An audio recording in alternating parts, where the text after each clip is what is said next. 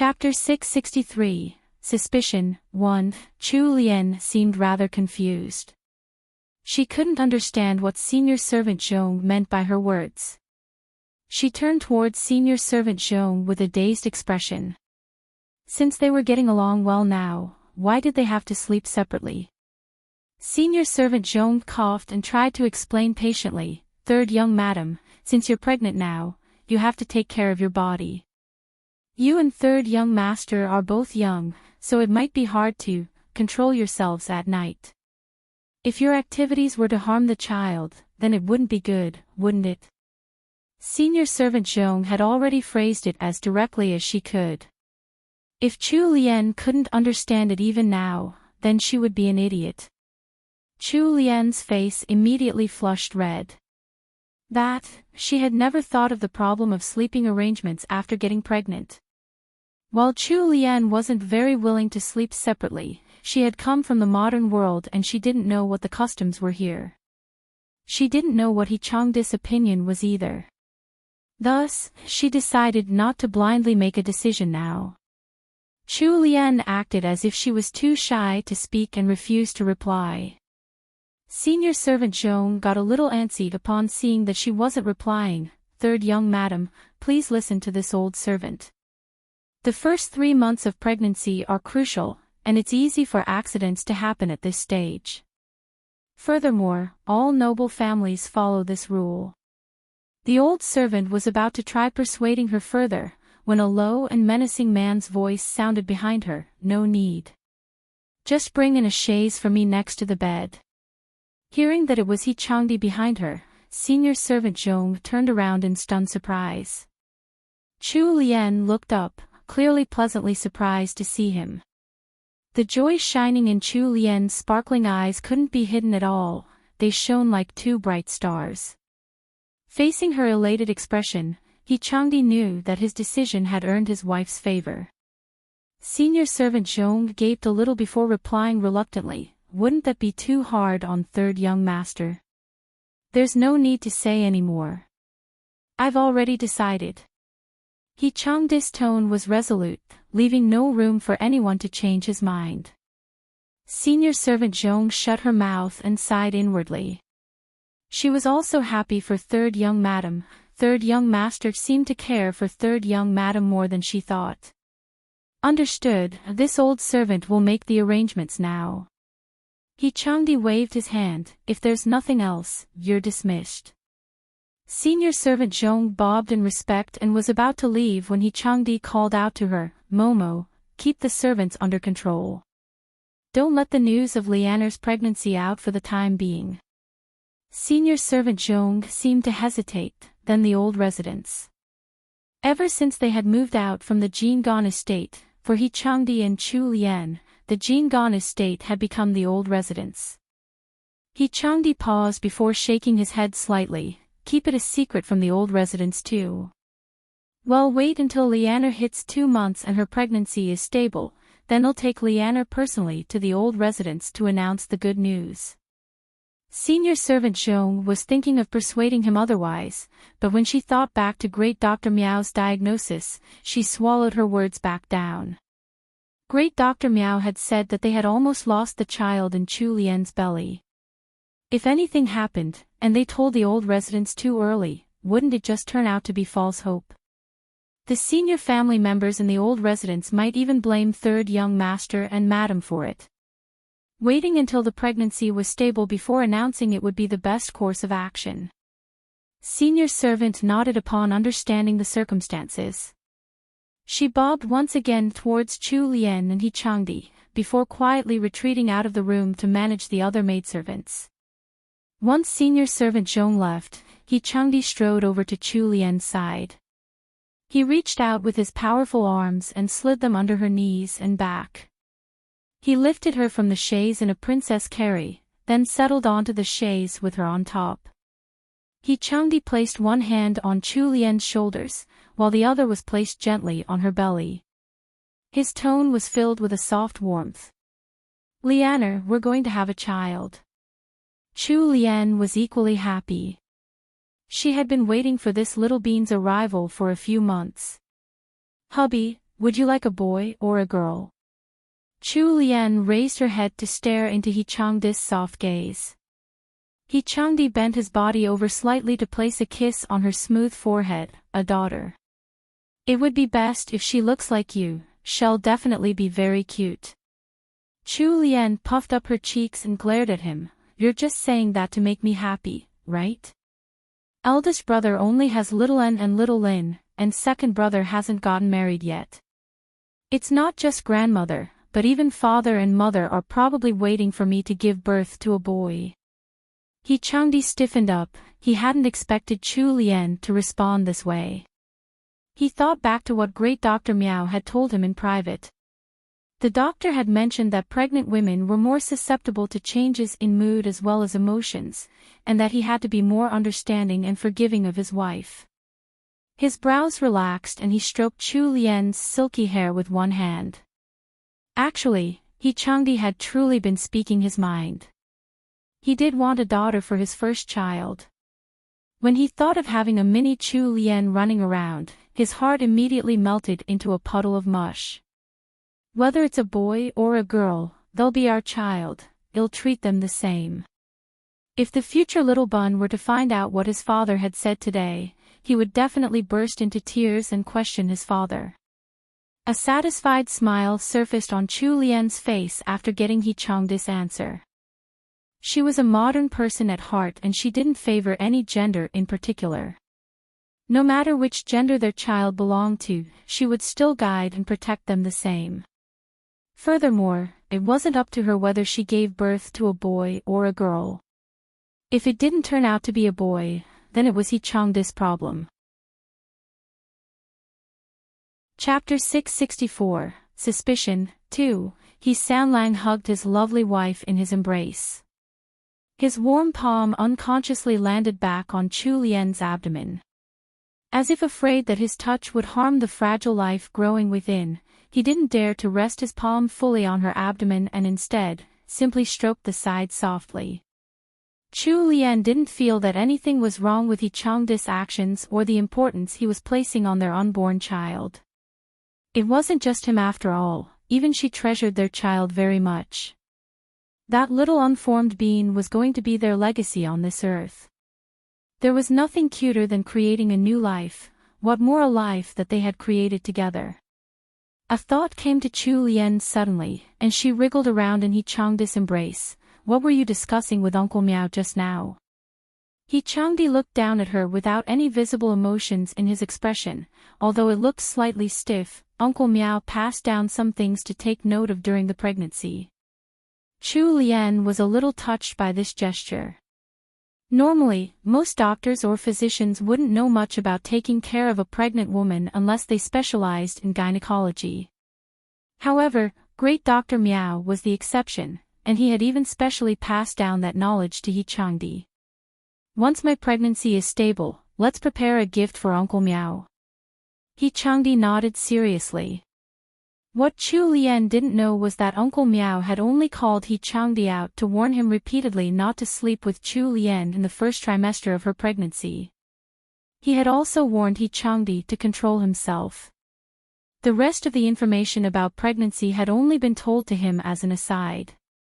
The couple rested on the chaise together for a while. Chu Lian spoke up softly, He Changdi, why didn't you tell me about those things earlier? He Changdi stiffened up. The arm he had placed under Chu Lian's neck moved to help her tuck in some stray strands of hair. You know about it all. He Changdi's voice was reminiscent of the tolling of an ancient set of bells, able to make one immersed in its sound. Chu Lian spoke rather unhappily. It was Sister Hui who specially came to tell me about it. That loose-mouthed woman. He Changdi remained silent without speaking. It was only Chu Lian used her elbow to jab his sturdy chest that He Sanlang reluctantly spoke up, Lianer, I didn't want you to worry for me. It was Prince Jean and I who miscalculated this time. Chu Lian suddenly fought out of his embrace and sat up. She turned around to glare at him with disbelief. You. The two of you really developed your own silver mine. She seemed like a fluffed-up kitten hissing angrily at an opponent. not at all threatening and very cute. San Lang couldn't resist pinching one of her soft and smooth cheeks. A corner of his mouth curled up, giving him a devilish flair that made Chu Lian's heart skip a bit. "Don't you know about everything already?" Chu Lian gulped audibly. She slapped his chest. "What the hell were you thinking? How could you dare to do such a thing? You're lucky His Majesty didn't blame you for it." Changdi harumphed inwardly. Even if they didn't do it, there would have been someone else who did. It was Xiao Bojian who had used that private silver mine to get to where he did in his previous lifetime. The silver mine was in the north, not too far from the mountain where Chu Lian had fallen. It was the Tuhan spies who first found it. Although he had known of this vaguely in his past, he hadn't had the details of its location, nor had he known that this had something to do with the Tuhans. It wasn't until this lifetime that he had gone to investigate further and gotten all the details. That was when he had found out that the Tuhans wanted to steal the silver mine for themselves. Xiao Bojian had likely been in cahoots with the Tuhans even in his past life. It was also there was Tuhan interference that he and Prince Jean hadn't suffered any consequences on the surface even after this matter had been reported to the Emperor. To the rest of the world, they had cleared out all the Tuhan spies and secured the silver mine for their empire. However, it was a different matter altogether in private. The Emperor's opinion of them had likely sunk to the lowest. How could the Emperor not lay blame on them? Just from the spring hunt alone, they could see that the Emperor had purposely suppressed Prince Jean from shining too much and had intentionally shown favor to Sixth Prince instead. Sixth Prince was only 15 this year, yet the Emperor had actually given him permission to join in court. Those with discerning eyes could tell that the Crown Prince had been locked up and was only an empty shell. The ones who had the ability to fight for the throne were Fourth Prince and Sixth Prince. However, back when they had discovered the silver mine, the only ones with them had been their trusted subordinates. They had even placed a group of loyal assassins sworn to the death there. Going by common sense, the existence of the silver mine should never have leaked out. How had this news somehow made it up to the Emperor too? He had been investigating along with Fourth Prince's men these few days, but none of the subordinates seemed suspicious. He had known of the silver mine thanks to his previous memories, then. Could there be someone else who was the same as him? Changdi's pupils dilated as a dangerous light shone from them. Each suspicious incident seemed to be connected by an invisible line. Meeting Xiao Bojian in Suzhou, Chu Lian getting kidnapped, the messy things that had happened when they had returned to the Jinggan estate, Chu Lian almost getting trapped at Miss Yuan's coming of age. There had been so many strange events that had never happened in his previous life. Adding on to that the secret of the silver mine leaking. Unless, there was really someone else who had experienced the same lifetime he had. Changdi suppressed his turbulent emotions and took in a deep breath, shoving all his terrifying guesses to the bottom of his heart. What's done is done, we can't cry over spilled milk. Sanlang's voice was cold and calm. Chu Lian sighed. That was true. Things had already come to this point. She didn't think that Changdi and Prince Jean developing a mine on their own was that major of a crime. Even if they hadn't done it, someone else would have. If the silver mine had landed in the hands of someone sinister, then the situation might be even more dangerous. This was a selfish world. While there weren't any obvious factions in the war for the throne, since Changdi was close to Prince Jean, and if Prince Jean wanted to vie for the throne, Sanlang had no choice but to be dragged into Prince Jean's faction. Chapter 665, Bestowal of an Engagement, 1. It seemed like he had to be more careful in the future. Chu Lian hesitated before asking, so the accessories and storefront you gifted me previously were all bought with the money from the silver mines? A corner of Changdi's lips lifted. He reached out to hold her more securely so that her body wouldn't lean over and touch the cold windowsill. Just by seeing that smile of his, Chu Lian knew that she had guessed correctly. She admonished him, you really just used it without any shame. If you look at it more strictly, you committed graft. He Changdis' deep gaze fell upon the flushed cheeks of the woman he loved in his arms. He sighed inwardly. Although his wife was smart and cunning, she was too inexperienced and merciful. If she really met someone with no holds barred when it came to scheming, she would definitely fall into their traps. Rest assured. The silver I spent was barely the tip of the iceberg compared to the size of that silver mine. The government has its own laws, even if it was His Highness and I who discovered that silver mine, there are some laws we can't circumvent selfishly. Lianer, don't worry. I've only taken what I deserved. Chu Lian was a little confused by He Changdis' answer, but she didn't continue questioning. She didn't understand the twists and turns of the politics in court, so she wouldn't comment thoughtlessly. However, she now knew that her lunatic husband wasn't a stickler for the rules. Instead, he was even more cunning than a fox. Chu Lian laid back down on He Changdis' firm chest. She twirled a single lock of his long, black hair in one hand, continuously winding his hair around her finger. I know that Imperial Concubine Wei found out. So you really went to pick herbs for Imperial Princess Liao that night? Chu Lian glared at him, thinking that her husband was just too honest.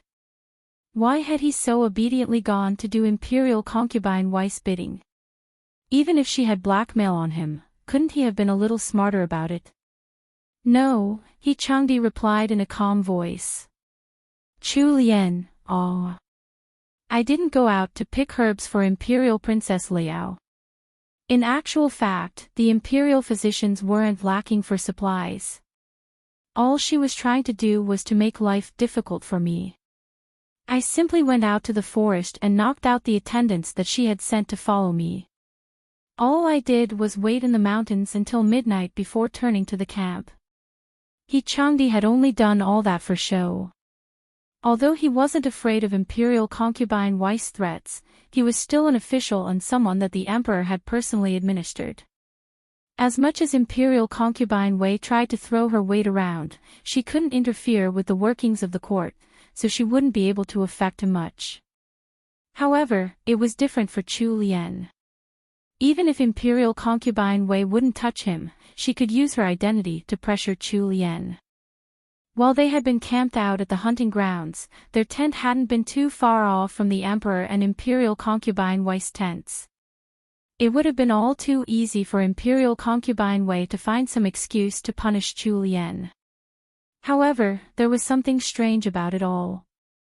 Over the 2 days in the hunting grounds, ever since Chu Lian had fallen off her horse and started recuperating in her tent, Imperial Concubine Wei seemed to have forgotten about her entirely. She hadn't even mentioned Chu Lian once. This was something that He Changdi had yet to figure out. He had followed along with Imperial Concubine Wei's requests to prevent her from taking out her temper on Chu Lian. As for picking herbs on the mountain in the middle of the night, he really hadn't done it all. He didn't even recognize any of the herbs Imperial Concubine Wei had ordered him to collect. She had sent him out in the darkness of the night too. It would be even stranger if he had been able to find any herbs. After he had knocked out the attendant Imperial Concubine Wei had sent to follow him, he had simply rested against a tree. Liu had even helped to start a fire to keep them warm. He Changdi had waited there until midnight before returning to camp. He had also picked a few random weeds off the forest floor to hand over to Imperial Physician Zhou. Imperial Physician Zhou was smart and he would understand what to say to Imperial Concubine Wei. However, fighting a cold war with his wife was rather terrible. Even though He Changdi had only been sitting next to a tree with a cloak around him and a fire burning merrily before him, he hadn't been able to get rid of any of his fatigue. It was only when the cold of the night had completely chilled his body that he had rushed back, all tired out. Chu Lian glanced at him. He Changdi, you have to remember this. In the future, even if we quarrel and hate each other, we still have to give each other a chance to explain things, okay? She didn't want this situation to happen again, where he would avoid her when she wanted an explanation from him. Nor did she want to wait until he regretted things and wanted to explain, as it would be too late. Both of them were in the wrong for the conflict this time.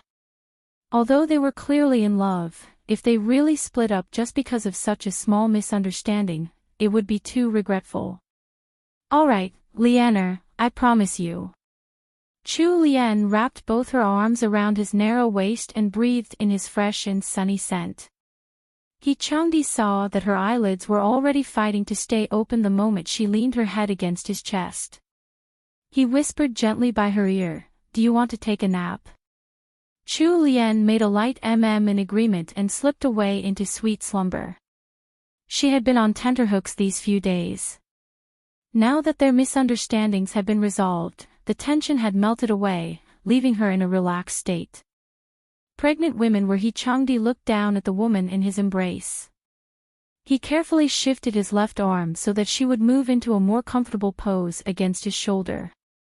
He pulled over a nearby wool blanket and laid it over Chu Lian's slender little figure. Chu Lian seemed to have been startled by his action, even in the midst of sleep. A wrinkle developed between her brows as they drew together. He Changdi bent over and placed a light kiss on her forehead, like the touch of a feather, causing her brow to relax. Chapter 666, Bestowal of an Engagement, 2. While the Anyuan estate was wrapped up in warmth, deep within the palace, Qingjing Hall was vastly empty and cold in comparison. A few old members of the cabinet were gathered there. All of them had their heads bowed and none of them were speaking. The hall was currently enshrouded in a creepy silence.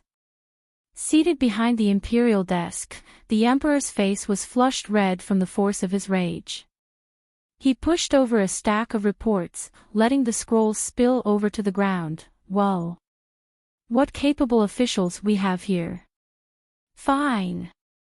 Even if you don't tell us today, we will find out eventually. Scram.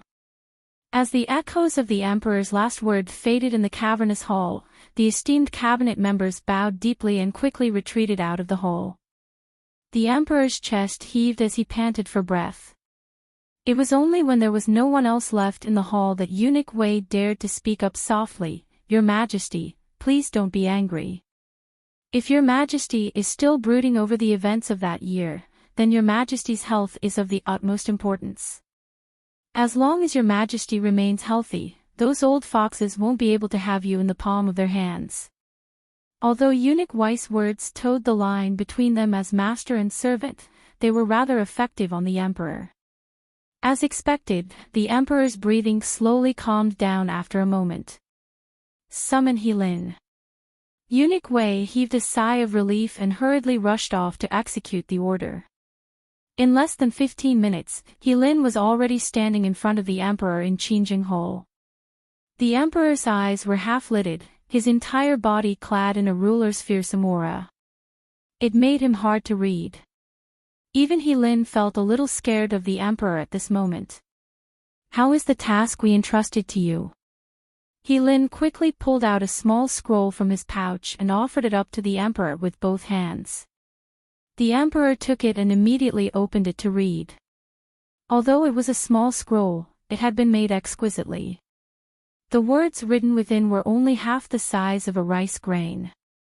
While the scroll wasn't very long, thanks to the small writing, it had a lot of content. If Chu Lian had been present, she would surely have cried out in alarm. The scroll recorded every detail of what Chu Lian had done while growing up in the Ying estate. From her favorite childhood snacks, to how she had been bullied terribly by her sisters in Haoxing when she had grown older. The emperor had started out with an air of anticipation. However, when he started reading the contents, his brows had furrowed together tighter and tighter until he could no longer control himself and ended up crushing the scroll. He had never expected that his and Asun's child would have grown up in such a manner. His daughter should have been born with a silver spoon. She should have been clothed in the finest fabrics, served by a crowd of servants, tutored by the best teachers, and following that, under his protection, she should have transformed into the most dazzling and eye-catching pearl. However, reality had been completely different. When Chu Lian had been young, going by what this scroll said, she likely wouldn't have had more than 1 or 2 little snacks, let alone the bare necessities. Eunuch Wei trembled upon catching sight of the emperor's expression. The emperor had survived the war against his siblings to claim the throne. Even if he had a kind enough appearance, his inner heart was actually cold and ruthless, with countless schemes and plots brewing. Eunuch Wei had been serving him for so many decades that he could somewhat guess a little at the emperor's moods, even if his true thoughts were hidden. Every time the emperor showed an expression like that, it meant that misfortune was about to befall some poor soul. Eunuch Wei's prediction was rather accurate. The emperor forcefully shut the scroll in his hands. He turned towards Eunuch Wei, who was standing in a stiff position behind him. Prepare the ink. There was a blank imperial decree scroll laid out on the desk. In a short moment, the blank scroll was completely filled up. The emperor tossed the finished imperial decree over to Eunuch Wei casually. He left behind an order: send someone to the Ying estate to announce the decree. Eunuch Wei's hands trembled. When he recalled the glimpses of the decree that he had seen, a chill went up his spine. After finishing all this, the emperor gave another order: He Lin, go over to Yang Yanfeng and have him think of a way to remove Chu Qizhang's position. He Lin froze up for an instant, but he didn't dare to refute the order. He made a cupped fist salute and left to do as the emperor had ordered. Chu Qizhang had originally been given a low-ranked slack position in the court. Later on, he had somehow gotten connected with the Pan estate and Lord Pan had personally recommended him for a promotion. From then, Chu Qizhang had become a proper 6th-ranked official. It was also due to this official position that Chu Qizhang had suddenly become one of the more promising men in the younger generation of House Ying. He had also stabilized the status of the second branch in the Ying estate. Even old Duchess Ying had stopped mentioning the lack of heirs for the second branch due to this. The next day, an astonishing piece of news spread throughout the whole capital: the emperor had personally bestowed an engagement upon House Ying's 8th miss, Chu Yuan. The groom in question was Prince Yongkang's only son, Royal Prince Shou. Speaking of which, Prince Yongkang was actually the emperor's uncle, and the emperor had been the one who had conferred the title of Royal Prince Shou upon his son. Royal Prince Shou was already 23 this year. At that age, it was just right for him to take his first wife. Furthermore, Royal Prince Shou was considered part of the imperial family. While it seemed to be a good pairing on the surface, those in the know were all waiting to watch the fireworks, and were laughing behind the backs of the second branch of House Ying. The reason was none other than this: Royal Prince Shou was a half-wit. He was a robust and prosperous person, who always had a foolish expression on his face. Prince Yongkang had married his older cousin, Royal Princess Longjia. Royal Prince Shou was the masterpiece of this marriage between close relations. Chapter 667, Heartless. 1. House Ying had not completely fallen out of noble society up till now purely because of the strenuous efforts of old Duke Ying. It was a sad story. Although House Ying was large in number, there weren't many who were actually capable. Even Chu Lian's father Chu Qizhang was considered one of the better ones in the family, so the abilities of the rest went without saying. Meanwhile, old Duchess Ying was full of wariness and vigilance. She wasn't willing to use funds to prop up other branches of the family that had more potential. This made the rest of their clan very unhappy with House Ying. This caused a vicious cycle within the family. Finally, when a rare promising young seed had popped up from amongst old Duke Ying's disciples, they hadn't been able to catch hold of Xiao Bojian either. Now it was too late even if old Duke Ying tried to force Xiao Bojian into the family himself. When the emperor's imperial decree reached the Ying estate, none of the members of House Ying felt sad or shocked. Conversely, they were all extremely elated. A bestowed marriage. Furthermore, it was the emperor himself who had personally decreed it. The groom was even a royal prince, a true member of the imperial family. Although there seemed to be something wrong with his mind, it wouldn't affect his standing due to his birth. As long as Miss Yuan married him, she would become a third-ranked royal princess by marriage. That was an honor that most of the Chu family ladies wouldn't even be able to beg for. Even Chu Lian's own marriage couldn't compare to that honor. Everyone in the Ying estate was beaming with joy. Even the steward started ordering the servants to decorate the estate and make it seem more festive and harmonious. Even old Duchess Ying was chuckling. She praised Miss Yuan for being lucky in front of all the other ladies of the estate. The second branch was even looked upon more favorably due to this engagement. The only ones who had faces full of worry and despair were likely second madam and eighth Miss Yuan now. Chu Yuan was sprawled across second madam's lap. She had already cried until she was all out of breath. She sobbed, "Mother, I don't want to marry that idiot. Mother, I'm not going to marry him. Please, help me think of a way out. The one I like is Brother Shao." Second madam's eyes were red and swollen.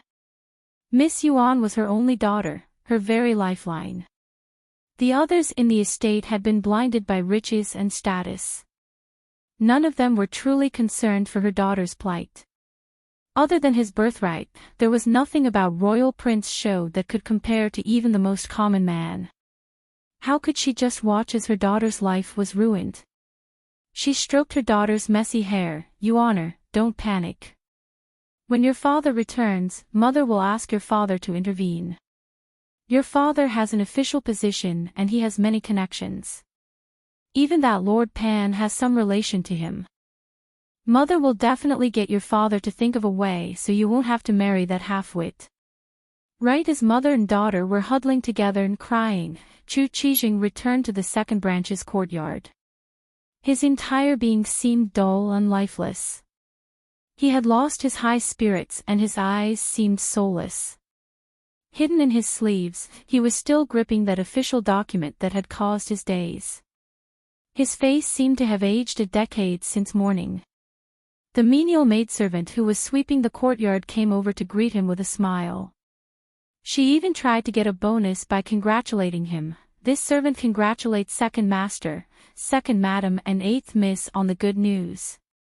Chu Qisheng's face immediately contorted into a monstrous expression, veins popping out on his forehead. Scram! The maidservant stood frozen on the spot for a moment. When she finally processed what happened, her face paled and she scrambled away in fright. Chu Qijing returned to his room, cloaked in anger. Another maidservant greeted him at the entrance, but Chu Qijing didn't even say a word in return. He simply strode right into the room. Within the bedroom, second madam was still comforting Miss Yuan with a hug. When second madam saw that her husband had returned, she immediately patted her daughter on the back and stood up to welcome her husband back. She started off with a complaint, "Dear, you have to help Yuan, otherwise her entire life will be ruined." The rumors about the foolish royal prince show had already spread all over the capital. What kind of life could a lady expect by marrying a fool? It wasn't even guaranteed that they might be able to have children. Second madam had been completely shocked out of her wits by her daughter's sudden engagement. Adding on to that her own urgency, she hadn't noticed the stormy expression on Chu Qisheng's face when he entered. Chu Qijing was already immersed in his own troubles. His wife's complaint only added on to the mountain of frustration in his heart and acted as the spark that lit up his rage. In a burst of temper, he shoved his wife aside forcefully. Although he hadn't learned martial arts, he was still a tall man and he had put enough force into his action. With a single move, he actually managed to push second madam off her feet and onto the floor. Second madam hadn't expected such a violent reply from Chu Qijing. She laid sprawled over the carpet in the bedroom where she had landed, eyes wide with disbelief as she stared at Chu Qijing. She clearly hadn't recovered from the physical and mental blow. What's wrong with becoming a royal princess? If not for the imperial decree, could Miss Yuan even hope to marry into a prince's family? Chu Qisheng's voice was both cold and heartless. His words pierced like needles into the hearts of Second Madam and Chu Yuan. Both mother and daughter had their eyes wide in shock, especially Chu Yuan.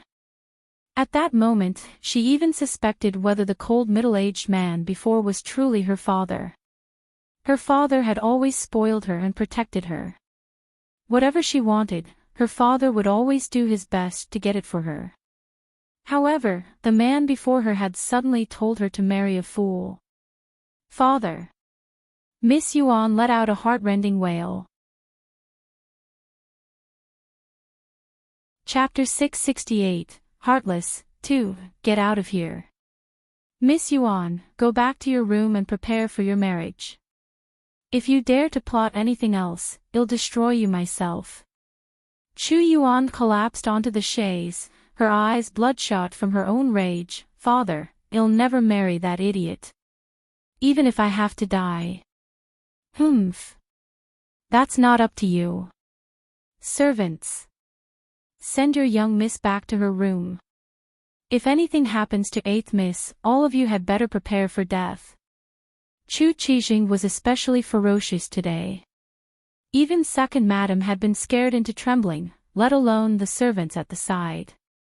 Miss Yuan screamed and struggled, to no avail.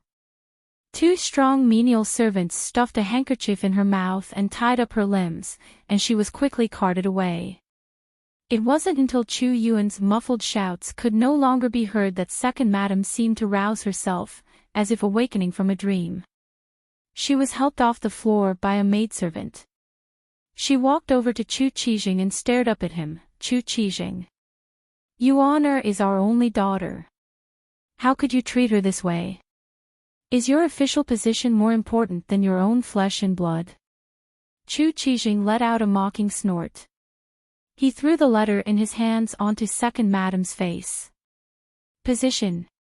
Is this the official position you're talking about? Second Madam didn't understand. She bore with the humiliation and picked up the letter from the ground.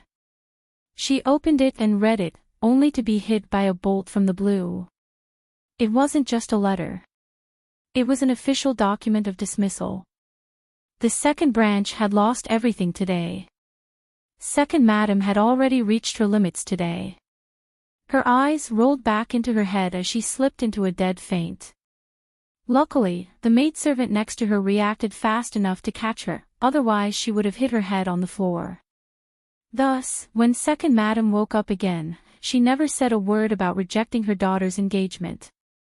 All that the impoverished second branch could count on was Chu Yuan's marriage now. Sometimes, when faced with a cruel reality, one just had to make some sacrifices. Right now, it had become time for Miss Yuan to make the sacrifice. Chu Qijing still didn't understand why he had suddenly been fired out of the blue. The couple of the second branch sat on 2 sides of the chaise with gloomy faces. Chu Qijing suddenly asked, "How much is left of Madam Yes money?" Second Madam was startled by his abrupt question. She waved her trusted handmaid over and told her to retrieve the account books. After reading them over, she said, "Excluding storefronts and farms, there's still 5,000 taels in cash. Give it all to me." Second Madam gaped in surprise. All of it? That was 5,000 taels they were talking about. It wasn't a small sum. Chu Qisheng's heavy gaze swept over Second Madam. She quickly sprang up and went to retrieve an exquisite peachwood chest. She took out 2 silver keys from her purse and opened the chest, before pulling out a whole stack of banknotes from within and passing it to Chu Qijing. Second Madam kept staring at the thick stack of notes with heartache. Chu Qijing sneered, "What are you looking at? These never belonged to you in the first place." Second Madam stiffened up from his words and shifted her gaze away, hands clenched into fists on her lap. "Stay here and make sure you keep a watch on Miss Yuan. If I don't succeed on my mission, then Miss Yuan's only fate is to become a royal princess. Otherwise, well, and just like my 5th brother." Hao Xing had many legitimate children, and even more illegitimate ones. Although Chu Qisheng's fifth brother was a legitimate son, his personality had been more naive. He hadn't been much in favor with his parents, and he had married a wife with an unassuming background, so the other branches of the family had stabbed him in the back one day. When second madam heard her husband mention fifth brother, her hands shook and she agreed. Chu Qisheng gripped the stack of banknotes in his hand tightly and chuckled grimly in his heart. At least that Yi Sun was still of use even now. Actually, the reason the second branch had been able to live so well hadn't been due to old Duchess Ying's care. Instead, it was all thanks to the riches that Yi Sun had left behind.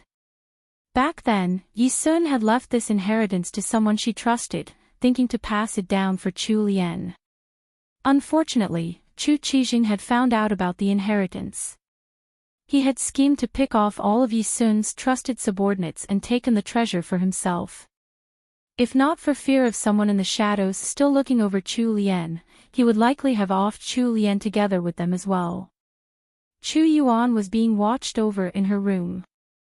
By now, her tears had already dried up, leaving behind only a deep hatred. The corners of her mouth curved up into a self-deprecating smile. Didn't everyone in the estate want her to marry that royal prince and become a royal princess? Well, she wasn't going to let them have their way. If they didn't care whether she lived or not, then why should she care about their survival? Chu Lian quickly found out about the engagement that the emperor had bestowed upon Miss Yuan. This action made her even more befuddled. Was court getting boring lately? Was the emperor too free? Why did he have the time to think about bestowing a marriage upon a lady of Hao Xing? While she couldn't say that there were more than 10 ladies of marriageable age in Hao Xing, there had to be at least 5 or 6 of them. Even if the emperor felt like bestowing a marriage, he could have gone by seniority instead. There was still Miss Su looking for a partner before Miss Yuan. Furthermore, he had betrothed Miss Yuan to Royal Prince Shou. Chu Lian was close to Princess Wei, so she knew a little more about the imperial family. Royal Prince Shou had been born with cerebral palsy, so his thoughts were about the same level as a 3-year-old child. Furthermore, he had a violent temper. Quite a few of the maidservants in his courtyard had already passed away. If Miss Yuan were really to marry him, her own safety couldn't be guaranteed. Was this really the emperor showing favor to Hao Xing, and not trying to send her half-sister to death? Well, since the emperor had bestowed this marriage, as her older sister, she had to send a gift of some sort to the Ying estate. Chapter 669, Die Jufing Restaurant. 1. Chu Lian wasn't the only one who was stunned by the sudden decree from the emperor. He Changdi was incredibly surprised as well. At this moment, He Changdi was seated in Prince Jin's study. The two stared at each other in bewilderment. They just couldn't understand the emperor's intentions. Could it be that the emperor wanted to raise Hao Xing up again? That wouldn't be right, a mere bestowal didn't mean anything. Besides, Hao Xing didn't even have any children with talent. Earlier, there had even been a rumor that Chu Lian's father, Hao Xing's second master, had been dismissed from office. Prince Jin's azure eyes were filled with doubt. Could it be that his extremely wise father was just having fun causing drama? Perhaps he was simply toying with Hao Xing's second branch for amusement. Giving them a slap and then handing out some candy. But these candies weren't even sweet. Even the reincarnated He Changdi couldn't figure out why the emperor had done this. After a period of silence, Prince Jin finally spoke. Audi, our earnings aren't enough to cover our expenses anymore. They now had assistance from Hao Sima, but they still had to increase their forces, and they had to compete with 6th Prince in secret. There were too many avenues where funds were needed, so Prince Jin and He Changdi couldn't even manage to break even. Actually, it was easy for them to acquire funds publicly. With their statuses, there would definitely be rich people who would lend a helping hand. However, the situation right now was peculiar. Everything had to be done in secret, and for some matters, it was also better for fewer people to be in the know. Changdi's cool face became increasingly grim. I'll find a solution. Changdi's eyes deepened. Going by his original plan, it should have been smooth sailing once they secured the silver mine, but there was unexpectedly a slip-up with acquiring the mine. I will send more people to investigate. As he spoke, Prince Jean handed a letter over to Changdi. The Heiyu army sent this. It was no big deal for him to read Prince Jean's letters, so Changdi quickly opened the letter and read its contents. What he saw put a slight smile on his face. Xiao Wujing is truly unscrupulous. He even managed to put a person like Wei Fingzi under his control. Audi, I think we should warn father about this. I'm afraid Xiao Bojian is plotting something. Prince Jean was slightly worried. Wei Fingzi was Imperial concubine Wei's younger sister. They had been born from the same mother and she was Minister Kong's wife. This was something that they had to think through carefully. Changdi looked out of the window as the skies slowly darkened. It was getting late. It's late now, I have to go home. With that said, Changdi had already stood up and was walking towards the exit. Prince Jean scoffed, and sourly replied, look at how smug you've gotten since Jeannie got pregnant. You've probably been staying by her side 24 hours a day, right? Even if you don't mind, Jeannie would be annoyed. Samlang's normally frozen face had changed to something more gentle.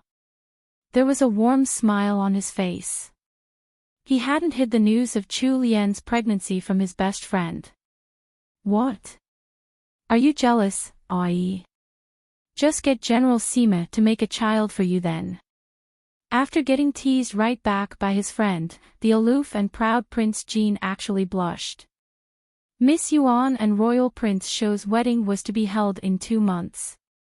After the marriage had been bestowed by imperial decree, Haoxing started talks with Prince Yongkong over the details of the marriage.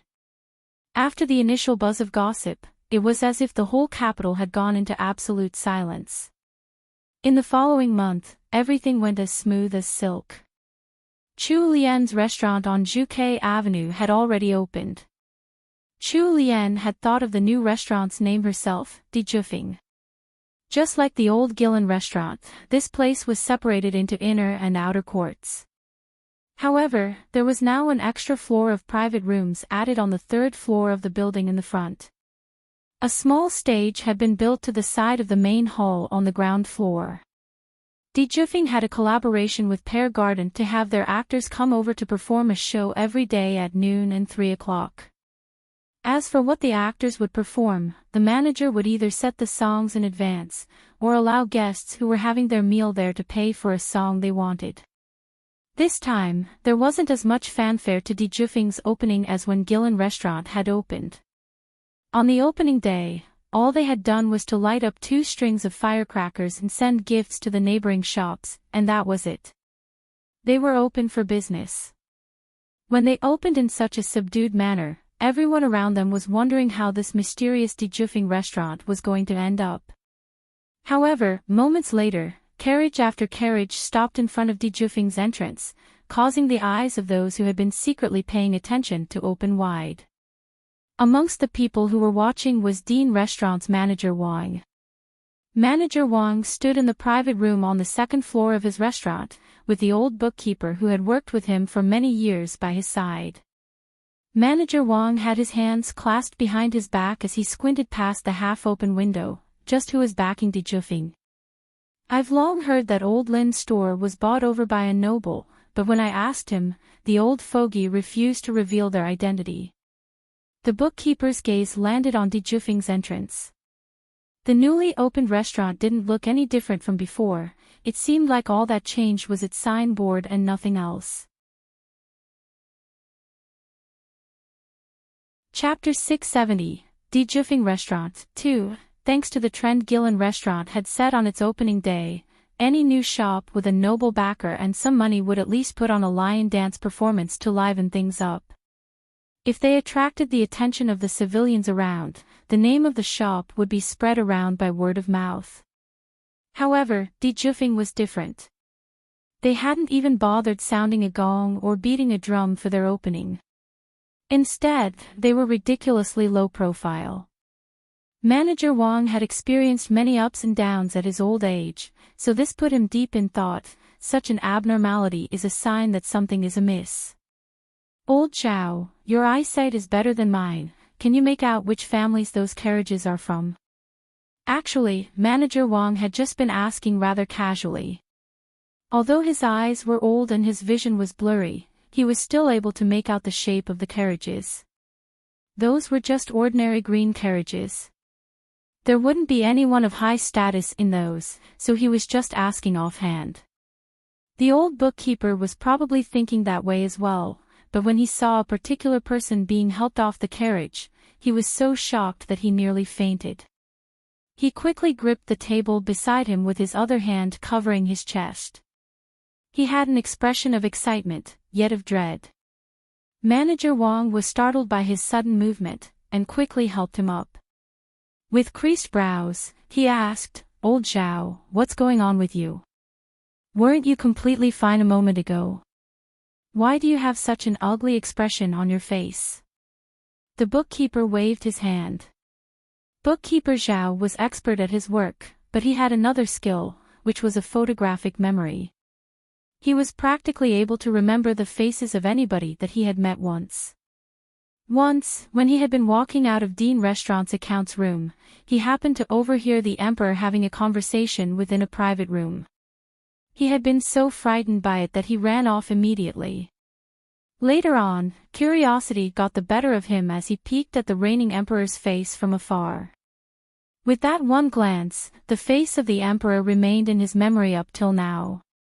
Dean Restaurant's dim sum was considered top-notch in the capital, so it wasn't strange for the Emperor to come down to have a taste incognito. Once he caught his breath, he looked at Manager Wang while appearing choked up but smiling. Moments later, he whispered into Manager Wang's ear, Manager, the one who just alighted the carriage was. The old bookkeeper first pointed at the skies with his forefinger, then raised his thumb. He nervously gulped down his saliva. Manager Wang froze up in shock, then widened his eyes in uncertainty. He gripped the bookkeeper's shoulder and asked, Are you sure that you didn't make a mistake? The old bookkeeper shook his head with a bitter smile. Manager, you know my ability very well. When have I ever made a mistake in identifying someone? Hearing the certainty in the old bookkeeper's voice, the two old men shrank back, and were even more in awe of Dijufing now. That's right. On the opening day of Dijufing, the Emperor himself had secretly come to support them. As Chu Lian was still confined in the estate due to her pregnancy, she didn't learn of this on the day itself, but He Changdi did inform her of this later on. She didn't know how to react. The Emperor had given her too much of an honor. The Emperor had personally gone to support the restaurant that she secretly opened. Since the ultimate boss had already gone, the other officials of the court would also go down to the restaurant, even if it were just to flatter the Emperor. Therefore, there was no need to fear that there would be a lack of customers. The Emperor was practically a living signboard. Besides, Dijufing's food could only be better and never worse than Gillen Restaurant before its closure. Anyone who had eaten at Gillen Restaurant before would definitely realize what was going on. There was simply no need to guess who the actual boss of Dijufing was, as it was definitely Marchioness On Yuan. Chu Lian left Dijufing in the care of Zhou Wen, who had come recommended by He Changdi, while the northern borders market was left to Manager Qin. The northern market had already expanded to over 10 times its original size according to Meyer Yen and his brother, who had come back from the northern border. Even Chu Lian found this hard to believe. Meyer Yen and Narisong were now incredibly fluent in Mandarin. If one heard their voice without seeing their faces, they definitely wouldn't be able to guess that they were barbarians. Meyer Yen and Narisong now worked under Manager Qin, and were responsible for supervising the northern market. Currently, Liangzhou was no longer just a place for the Great Wu dynasty and the barbarians to trade, it had become a place that attracted merchants from the surrounding countries. This meant that there was now a new trade route between Su City and Liangzhou that came out of nowhere. Liangzhou City was no longer the desolate city that Chu Lian had left 4 months ago. While it was still a simple and crude border city in appearance, the amount of traffic and business it was getting could be compared to Su City's. Originally, Yuri Han had wanted to stay by Chu Lian's side, but Chu Lian hadn't agreed.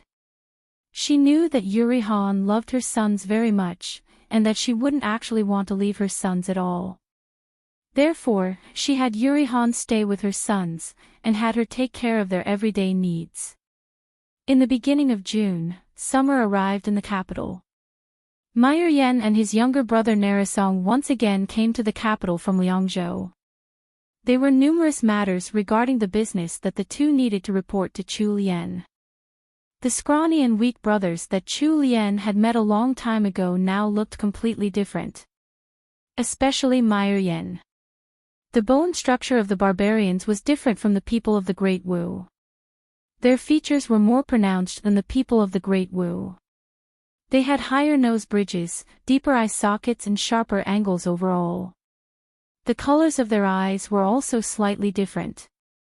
If one looked closely, they would find that their eyes were light brown, unlike the amber and brown-colored eyes that the citizens of the Great Wu dynasty had. After eating well for a few months and learning martial arts training from He Changda's personal guards, as well as getting a good education from Manager Qin, 19-year-old Meyer Yen had broken free from the constant torment of his illness, and had grown into a full-fledged, handsome and well-built young man. Chapter 671, Enjoying the Breeze. 1. He followed behind Manager Qin and entered from the side entrance of the estate. As they passed the first wall behind the entrance, then the outer court and finally, to the inner court, there were maidservants peeking at them the whole way. Once they entered the main courtyard within the inner court, Manager Qin took Meyer Yen straight to Chu Lian, who was sitting under some grapevines. Today, it was Xian and Wenlan who were on duty. The child and Chu Lian's child had just passed 3 months. Great Dr. Miao had declared that the pregnancy was stable now, making everyone around He Changdi and Chu Lian relax. It was now more than a month since Chu Lian had discovered her pregnancy. She had been trapped in the estate for this whole month. He Changdi was normally very busy, but he somehow managed to free up enough time and spent 2 or 3 days with her in the estate for every 10 days. If it were only senior servants Gue and Zhong by her side, they might not have dared to interfere with her actions, but it was a different story when it came to He Changdi. Thinking back to the month or so that she had been cooped up inside the estate, a furrow developed between Chu Lian's brows. Unless it was absolutely necessary, He Changdi had actually forbidden her from leaving her room. However, she did care very much for the little bun growing in her belly too, so even without any servants by her side to remind her, she would take special care in moving around. Yesterday, Great Dr. Miao had personally declared that she could leave her room. So today, she had come out to enjoy some fresh air under the hanging grapevines. On this hot day, it was already painful enough that she couldn't drink anything cold, but she still had to place a light blanket over her tummy. Chu Lian shifted the thin blanket aside in disdain, but the sharp-eyed Xian quickly pulled it back in place. Chu Lian had no choice but to take up the lotus seed porridge at the side and sip some to alleviate the heat she was feeling. From far away, they could see Manager Qin bringing a few people over. When Chu Lian noticed the foreign-looking man behind Manager Qin, who was at least half a head taller than the poor manager, the corners of her mouth curled up. She had to say that Meyer Yen was rather handsome after he had grown up. He looked like one of those European models from the modern times now. After training with Manager Qin for a few months, he had lost the cowardly and weak demeanor he had when they had first met, and had become more confident. Now that his health had recovered, Meyer Yen was more self-assured. Furthermore, after helping Chu Lian manage the northern market, he had gotten better at speaking. He saw Chu Lian lying against the wooden chair first, and his expression lit up. Following that, he spotted Wenlan, who was sitting beside Chu Lian and working on some embroidery. This time, his brown eyes sparkled even more, as if he had just seen something precious to him. As the men walked closer to them, Chu Lian was observing them. Of course, she noticed Myrian's expression and made a mental note of it. Her eyes slid sideways to cast a nonchalant gaze over Wenlan, who had her head bowed as she focused on her embroidery. A smirk danced on Chu Lian's lips. Manager Qin had come here with Myrian to report on the progress of the northern market, as well as hand over the account books for the season. Knowing that Chu Lian was pregnant now and that she couldn't overexert herself, Manager Qin only stayed for a while before leaving. Just as Manager Qin was leaving, they bumped into He Changdi, who was returning to the estate. He Changdi quickly noticed Myrian standing behind Manager Qin. Myrian came over to greet He Changdi rather enthusiastically, perhaps since they hadn't met for some time. He made a proper salute towards He Changdi, as befitting a citizen of the Great Wu. Brother He Changdi was a little surprised. He hadn't managed to recognize that this tall and skinny foreign boy was Myrian. The Myrian of today was utterly different from the Myrian of his past lifetime. In his past life, Myrian had been so thin that he had been practically skin and bones. He had also been dreadfully ill. He had never seen Myrian look so lively before. Myrian grinned and rubbed the back of his head sheepishly. Brother He, I didn't think that you would be able to recognize me. Even Alma said that I've changed too much. He Changdi's gaze was slightly warmer than usual as he patted Myrian's shoulder. How are Alma and your brother? Myrian smiled, revealing a mouth full of white teeth. Alma is doing very well. My brother and I are both working under Manager Qin and learning. He Changdi glanced in the direction the two of them had come from. Did you go to see Madam just now? Manager Qin was the one who replying to my lord, I just handed over the account books for the northern market to Madam, together with Myrian. When He Changdi had left the Jingon estate, he had brought out all the servants from Songtao court. Since Matriarch He was still around, their rank in their family was still the same, so the servants hadn't changed the way they addressed their masters in the Anyuan estate. They still called the couple third young madam and third young master. However, now that there was a child in Chu Lian's belly, they couldn't continue the old way of addressing their masters, since their masters had upgraded by one generation. If Chu Lian gave birth to a boy, he would become the little heir on Yuan, and He Changdi and Chu Lian would then have to be called master and madam. He Changdi turned to Myrian and said, I'll go and visit Alma some other time. He then let Manager Qin and Myrian leave. Chapter 672, Enjoying the Breeze, 2, He Changdi entered the inner court, only to see that Chu Lian was still sitting under the grape voices and hadn't even moved a little. When he had left the estate at noon, Chu Lian had already been sitting there. It was indeed rather cool under the grapevines here. Since it was close to an alley, a breeze would pass by from time to time and the dense grapevines absorbed much of the harsh sunlight. It might even be comfier than a modern air-conditioned room. Xian and Wenlan had already asked a few times, but Chu Lian didn't want to move at all. Although it was summer now, it wasn't good for a pregnant woman to sit in the breeze for too long. However, the group of maidservants couldn't get Chu Lian to budge. She had already started flipping through the account books that Manager Qin had just delivered. The moment He Changdi entered the courtyard, he was greeted with the sight of the maidservants standing helplessly next to Chu Lian, looking like they wanted to speak but not daring to at all. When Xian noticed He Changdi, her eyes lit up, as if she had just seen her savior. Chu Lian was currently sitting with her back facing He Changdi, so she couldn't see him at all. He Changdi waved his hand at Xian and Wenlan to dismiss them. The two handmaids bobbed in respect before leading the other maidservants away. Chu Lian was still marveling at the speedy development of the market and was immersed in the numbers on the pages with wide eyes. All of a sudden, she was pulled up from behind and into someone's embrace, giving her a fright. She only had time to make a short scream before her mouth was devoured by a familiar pair of lips. Her eyes went even wider, and she finally looked right into the dark eyes of her husband. Chu Lian was so angry that she beat on He Changdi's chest. He Changdi let her struggle, but he made sure to keep her stable in his embrace. He kept one hand over her waist to make sure she wouldn't kick her own belly. At the same time, he refused to give in and played with her tongue mercilessly. It only took a few punches before Chu Lian gave up on moving him. His chest was all hard and it seemed like it didn't even affect him. In the end, all she was doing was making her hands sore.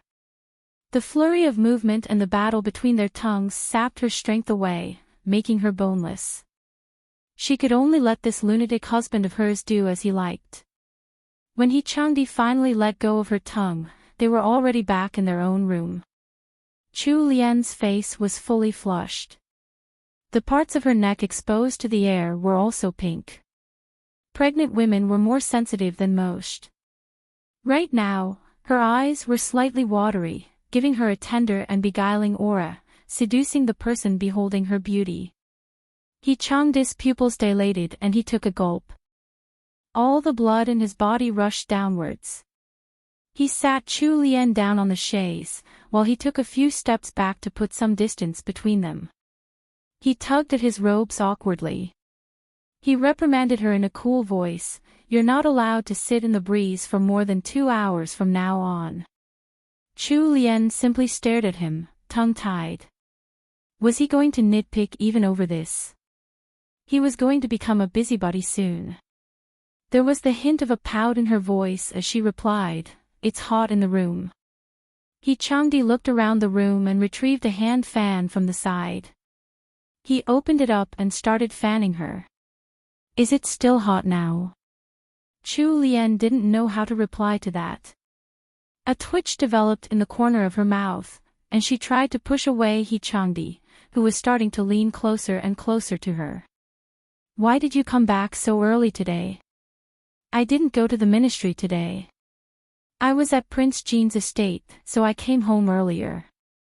He Changdi couldn't resist hugging Chu Lian again. Her figure was already small in the first place. Even though she was now more than 3 months pregnant, she hadn't gotten any bigger yet. Only the smooth glow of her skin and her extra sensitivity hinted that there was a new life growing inside her. His arm slid under her slender neck and he continued fanning her. The cool breeze washed over her flushed cheeks and neck, carrying the slight fragrance of her body to his nose, immediately tempting the desire he had suppressed for months. The thought of the silver mine that had been taken away by the emperor suddenly came to Chu Lian's mind.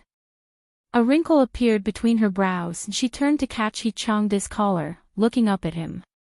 She was about to tell him about the northern market when He Changdi bent down to catch her lips once again. He licked her cherry-red lips before nibbling on her full lower lip. Finally, his agile tongue slid into her sweet, warm cavern and immediately overpowered her. Chu Lian gave in to the desire that his actions had stirred. Even if she tried to push him, it had no effect, so she could only wrap her arms around his waist and continuously stroke the area there. For such a tall and strong man, He Changdi's most sensitive area was actually his waist. However, even Chu Lian didn't know that. In the middle of playing with Chu Lian's tongue, He Sanlang suddenly frowned and let out a suppressed moan. Even if it was a man's voice, that moan was very seductive. Before Chu Lian could react, he threw away the fan in his hands and pulled Chu Lian onto his lap. His other hand caught both of Chu Lian's naughty hands and restrained them. Chu Lian quivered a little at the sudden movement, her half-lidded eyes immediately fluttering open. Being held down like this made her shy and timid. She turned her head away because she couldn't meet his eyes in this state. However, there was still a buff arm wrapped around her, so she couldn't get away totally. He Changdi, let go of me. She panted coquettishly in protest. Right now, her entire body was in his arms. How could he Changdi bear to let go of his lovely wife at this point? A man who had been left high and dry for 2 months was to be feared, especially when it was the lunatic he Changdi. He tightened his embrace around Chu Lien and panted into her ear. The hot and heavy breaths puffing over her ears made them flush instantly. Chu Lien could hear his husky voice pleading, like a big puppy begging for help, Lianer. Help me, please. Chapter 673, Jingyan, 1, No way. That was what Chu Lien wanted to say, but he Changdi didn't even give her the time to reject his plea. He took her soft little hand and started moving it.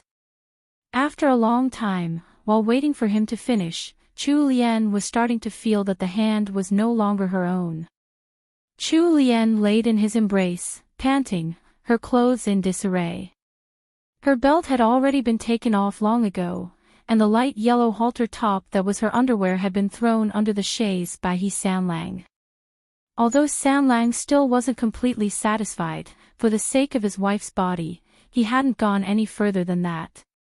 Of course, the sounds made by the couple had already been overheard by senior servant Zhong, was on duty outside the room. Just as He Sanlang was about to carry Chu Lien off to the bathroom, senior servant Zhong purposely coughed loudly from outside. Chu Lien made an embarrassed and awkward expression. The flush that had receded from her cheeks came back in full force. She secretly pinched He Changdi's arm, hard.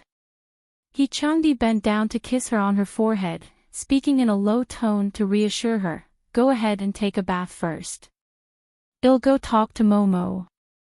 Chu Lien wasn't opposed to this suggestion. Senior servant Zhong was He Changdi's servant after all. If he wanted to explain, he could do it by himself. She was too embarrassed to face the old servant. He Changdi gently lowered Chu Lien into the bathtub and called Xian over to serve her, before vanishing outside to talk to senior servant Zhong. When senior servant Zhong saw that He Changdi had walked out of the bedroom, she hesitated to speak. He Changdi coolly spoke up before she could gather her courage, "Momo, you don't have to worry, I know the limits. Uncle Miao has already informed me of what not to do." Senior servant Zhong showed an awkward smile. "It's all right as long as master knows what to do. This old servant shall not overstep her bounds." Once senior servant Zhong was done speaking, He Changdi immediately turned back to the bedroom. Jingyan had been standing behind senior servant Zhong, so she had heard the sounds from the bedroom just the same. She waited until He Changdi had turned his back to them before raising her head. As her gaze landed upon that straight back and slender figure, a mesmerized look appeared on her face. Although He Changdi had always kept an unfriendly and cold expression on his face, his looks were top-notch regardless. He wouldn't lose any of his outstanding aura even if he stood next to Xiao Bojian. Especially those dark, deep eyes of his which looked like they could pierce right into the heart of anyone and see through all their secrets. Jingyan continued daydreaming about how the icy facade on He Changdi's face might break during moments of passion. She got so excited that her entire body shivered in anticipation. She knew that He Changdi hadn't gone to bed with Chu Lien for close to 2 months. Just now, in the bedroom, he had likely only done a quick release. As a normal and healthy young man, how could that be enough to satisfy him?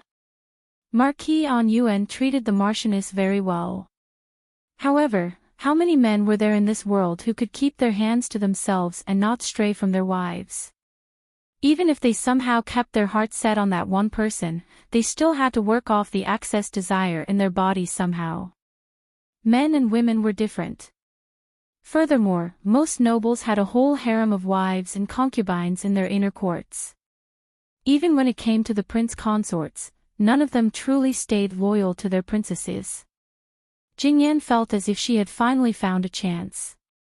She had been waiting for so long, but her time had finally come. When she thought back to how Ming Yan had ended up, she felt that Ming Yan had been too stupid. Once she had stabilized her position and status in the household, she would definitely find some time to burn some incense for Ming Yan. Since Chu Lian's pregnancy had already passed 3 months, it was about time to announce the news to the old residents. She and He Changdi had a discussion and decided to make a trip to the old residence the next day. He Changdi accompanied Chu Lian for dinner, but right after they were done, there was a messenger from Prince Jean. He Sanlang changed out of his home clothes and took Liyue and the guards out with him. It was midnight by the time he returned to the estate. He Changdi was still worried about Chu Lian, so he immediately went to the bedroom to take a look at Chu Lian once he was back. Chu Lian had already fallen asleep. For the past few weeks, Chu Lian had become more and more sleepy. If not for Great Dr. Miao explaining that this was normal behavior for pregnant women, He Changdi would definitely have kidnapped all the physicians in the Imperial Physician Institute over. He Sanlang touched Chu Lian's flushed cheeks before reluctantly pulling apart from her. It was Jingyan's turn to take the night shift, so He Changdi called her and asked her about Chu Lian's condition. Jingyan followed behind He Changdi obediently and whispered her reply. Madam was going to wait for Master to return before sleeping, but she started nodding off while reading a book against the headboard. This servant suggested that Madam should sleep first. He Changdi glanced at Jingyan from the corner of his eyes before ordering, "Take good care of your madam." Jingyan watched as He Changdi strode off to the study in the outer court. She bit her lip in frustration. However, her eyes turned in thought for a moment and the corner of her lips curled up in a smirk. Xian and Jingyan shared a room, so the sound of Jingyan pouring water woke Xian up. She rubbed her eyes sleepily, still only half awake. She asked in a complaining manner, "What are you doing in the middle of the night? Why aren't you by third young madam's side?" Jingyan jumped in fright and quickly hid the thin nightgown she had already prepared.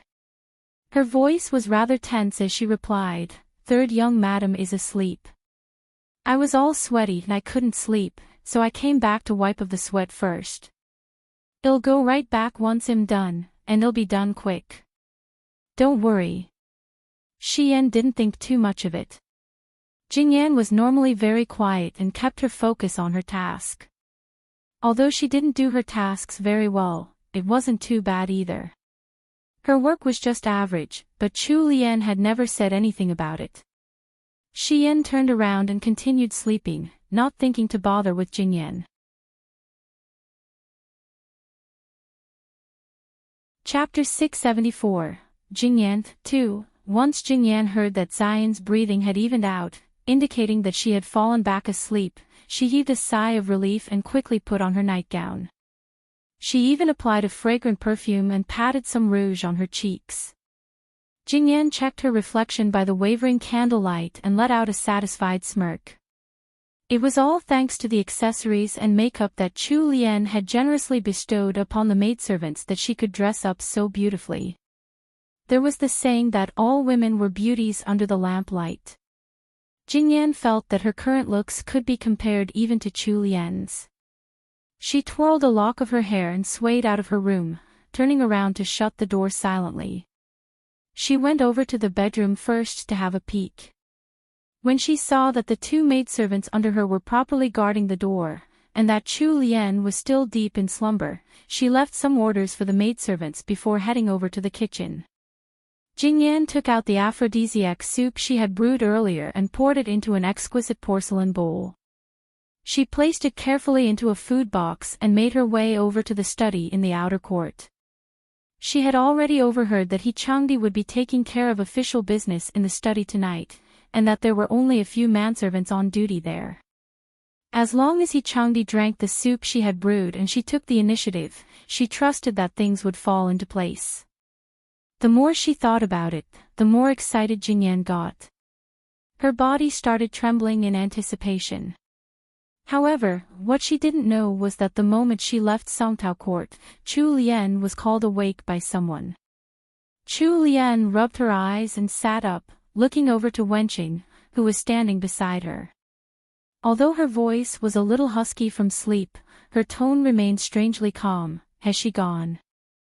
Wenqing's expression was full of indignant anger. She nodded. Madam, this servant is going to tell master immediately.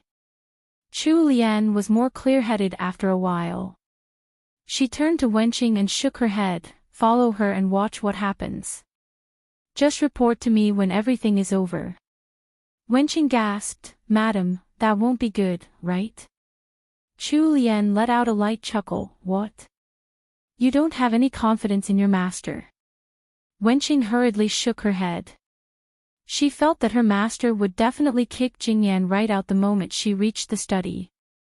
Then all is well, isn't it? Alright, I'm still sleepy. You go ahead. That said, Chu Lian laid right back down, pulled the thin blanket over her belly, and shut her almond-shaped eyes. Wenqing had no choice but to do as Chu Lian had ordered. When only Chu Lian was left in the bedroom, her eyes fluttered open. There was no trace of sleepiness in her eyes now, and they were bright and clear. Jingyan hadn't been a good character at all in the original novel. There was a slight furrow between his brows, and he was playing with the green jade ring on his left thumb, as if pondering something. Changdis' every gesture showed off the elegance of a noble gentleman. Jingyan's eyes lit up with sparkles. She did her best to suppress the pounding waves of excitement about to burst out from her heart, and called out with her head bowed, Master. When Changdis' dark gaze alighted on Jingyan's figure, the furrow between his brows deepened. Jingyan held up the box of food in her hands nervously, but she tried her best to hide it and explain, Master, this servant is here on Madam's orders to deliver some supper. This is what Madam instructed this servant earlier. Chapter 675, Causing Her Own Demise. 1. Changdi looked her over once before ordering, put it down and get out. Jingyan was startled by the abrupt command. She hadn't thought that Changdi would be so cold and indifferent towards her. His gaze hadn't even lingered even a second longer over her. Jingyan bit her lip and made a decision in her heart. She only had one chance. If she missed out on this one chance, then she would have to give up on her dream. She took a deep breath and put on the most seductive expression she could muster up. Ignoring Changdi's order to set down the box and leave, she sashayed up to Changdi and put the food box down at one corner of the table. Jingyan spoke in a soft voice, Master, Madam is worried for your health, so Madam specially told me to watch Master drink the soup down. The cold aura that Changdi had kept under control suddenly burst out in full force. He had been considering the fact that Jingyan had been serving as Chu Lian's maidservant ever since she had married him, so he had given her some leeway. However, since she wanted to invite her own death, he wasn't going to show her any mercy. Jingyan hadn't noticed the subtle changes in Changdi. She was so nervous that her heart was about to leap out of her chest. She couldn't possibly have taken note of the expression on Changdi's slightly bowed head. Her slender hand moved to her waist. With a gentle tug, her thin nightgown came undone, revealing her long, snow-white legs and her full bosom. Jingyan gathered her courage and leaned over the table, revealing her exposed chest to Changdi's sight. Her voice wavered as she offered in a delicate and frail manner, Ma. Master, this servant will help you drink the soup. The rage in Changdi's chest reached its peak upon hearing Jingyan's shy words. He abruptly lifted his head. The frozen expression on his handsome face had finally changed, but it wasn't the change Jingyan had been hoping for. His handsome mien was slightly contorted into a malevolent expression and his deep eyes were like ancient glaciers. Jingyan was scared stiff by that sinister look on Changdi. Her eyes widened in disbelief as she lost all strength and collapsed to the ground. By now, Jingyan had finally realized how stupid her decision had been. However, it was too late for regrets. Changdi didn't have any ounce of pity for a woman like this. A corner of his lips tugged upwards into a smirk. That smirk wasn't sympathetic at all. making him seem even more terrifying and cruel. In the next second, the disheveled and half-naked Jingyan was kicked right out of the study. She rolled and landed right by Leiyu's feet. Leiyue. Following that, Chang's angry roar burst out from the study. Once you've taken care of her, go and punish yourself. Leiyu's own expression turned overcast and he glared fiercely at the unconscious Jingyan. He was extremely vexed inside. This damned woman had caused trouble for him. Even though he felt very indignant and he wanted to beat Jingyan up to take out his anger for a bit, Leiyue didn't dare to tarry on fulfilling Chang's order. He took out a black bamboo whistle and blew on it. In a short moment, 2 guards appeared from the darkness. With just a simple hand gesture from Leiyue, the 2 black-clad guards took the unconscious Jingyan away. Leiyue hesitated for a moment before turning back and entering the study. Changdi looked up and swept a cold gaze over the manservant, making Leiyue freeze up. Leiyue showed a pained expression as he explained, "Master, it's not that this servant didn't have doubts, but Jingyan was one of Madam's handmaids. You can shut up now. Take this box of food to Uncle Meow and have him check if there's anything else in the soup." Leiyue didn't dare to continue explaining for himself. He only agreed and took the box of food in hand. "Has Wenqing left yet?" "She's already gone. When you kicked Jingyan out, Miss Wenqing left immediately." "All right, you're dismissed." Leiyue bowed as he walked backwards out of the study. After Wenqing explained everything that had happened, the tension in Chu Lian's heart faded away. She could finally lay back down and have a good night's rest. It wasn't until before daybreak that Changdi finished his work and returned to Songtao Court. Uncle Meow had actually come all the way over to the study just now because of that aphrodisiac soup, putting Changdi in an awkward spot. Uncle Meow had even assumed that he had some hidden illness. The doctor had insisted on taking his pulse before finally leaving. Chu Lian felt someone hold her in her sleep. She struggled a little in her half-awake state, but she couldn't get free. In the end, she opened her eyes reluctantly, only to meet with Changdi's dark and deep gaze. Changdi chuckled and pinched her pert little nose. "You silly goose. Are you satisfied now?" Chu Lian's mind was still foggy, so she couldn't really process what he had said. She pouted and repeated the insult back at him, "You're the silly goose." Changdi didn't retort. He simply looked at the cute and sleepy Chu Lian in his arms with a warm gaze. He couldn't resist kissing her fluttering eyelids. "Did our little one disturb you these 2 days?" Ever since Great Dr. Meow had diagnosed that she was carrying, the pregnancy symptoms had immediately started up with a vengeance. Chu Lian puked out whatever she ate. Sometimes she would be able to eat a bowl of food, only for it to come back up later. Her appetite hadn't been very good in the first place. After the symptoms started, she ate even lesser. However, senior servant Zhong and Great Dr. Meow had told her that she had to eat even if she didn't feel any appetite if she wanted to keep the child. Thus, she hadn't been having a very good time so far. It wasn't until the 3-month mark had passed that the symptoms had slowly abated and her appetite had returned. Now Chu Lian could down 2 bowls of rice by herself at one go. Perhaps due to the scare from last month, Changdi couldn't seem to set his worries aside. He asked about her condition daily and whether the little one had made trouble for her. Chu Lian shook her head. After the first 3 months, the little bun seemed to have settled down. Other than a slight bump in her abdomen, she hardly felt pregnant by now, other than being just a little sleepier than usual. Chapter 676, Causing Her Own Demise, 2. Changdi patted Chu Lian's back before pausing and asking, "How do you want to handle Jingyan?" Chu Lian's mind was wide awake by now. Now she thought back to what Changdi had first said to her and she finally understood his meaning. She tugged at Changdi's collar unhappily. "You can handle it however you like. I don't want to see her again." Changdi mulled over it. He didn't want her to have to take care of such matter even while she was pregnant. Furthermore, she was carrying their child, so she shouldn't see anything bloody. Changdi sunk deeper into thought. Shall I get another 2 maidservants for you? Chu Lian shook her head. No need, let's wait until our child is born before we add any more servants to the household. There were already plenty of servants around her. 2 days ago, Princess Wei had even specially sent over a senior servant and some maidservants specializing in caring for pregnant noblewomen. Changdi didn't push the issue and simply enjoyed holding her.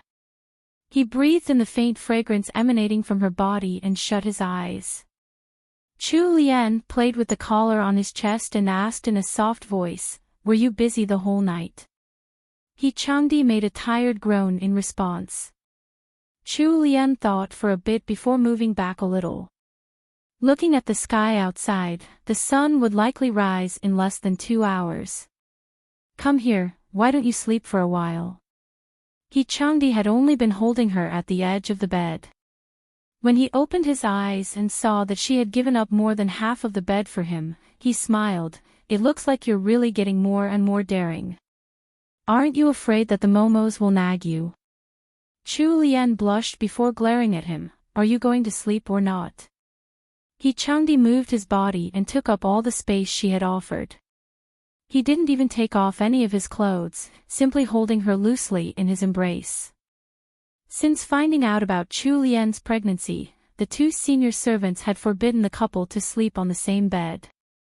Changdi normally slept next to the bed on a chaise. It was now a rare chance for him to sleep together with his wife. He hadn't hugged Chu Lian to sleep for so long.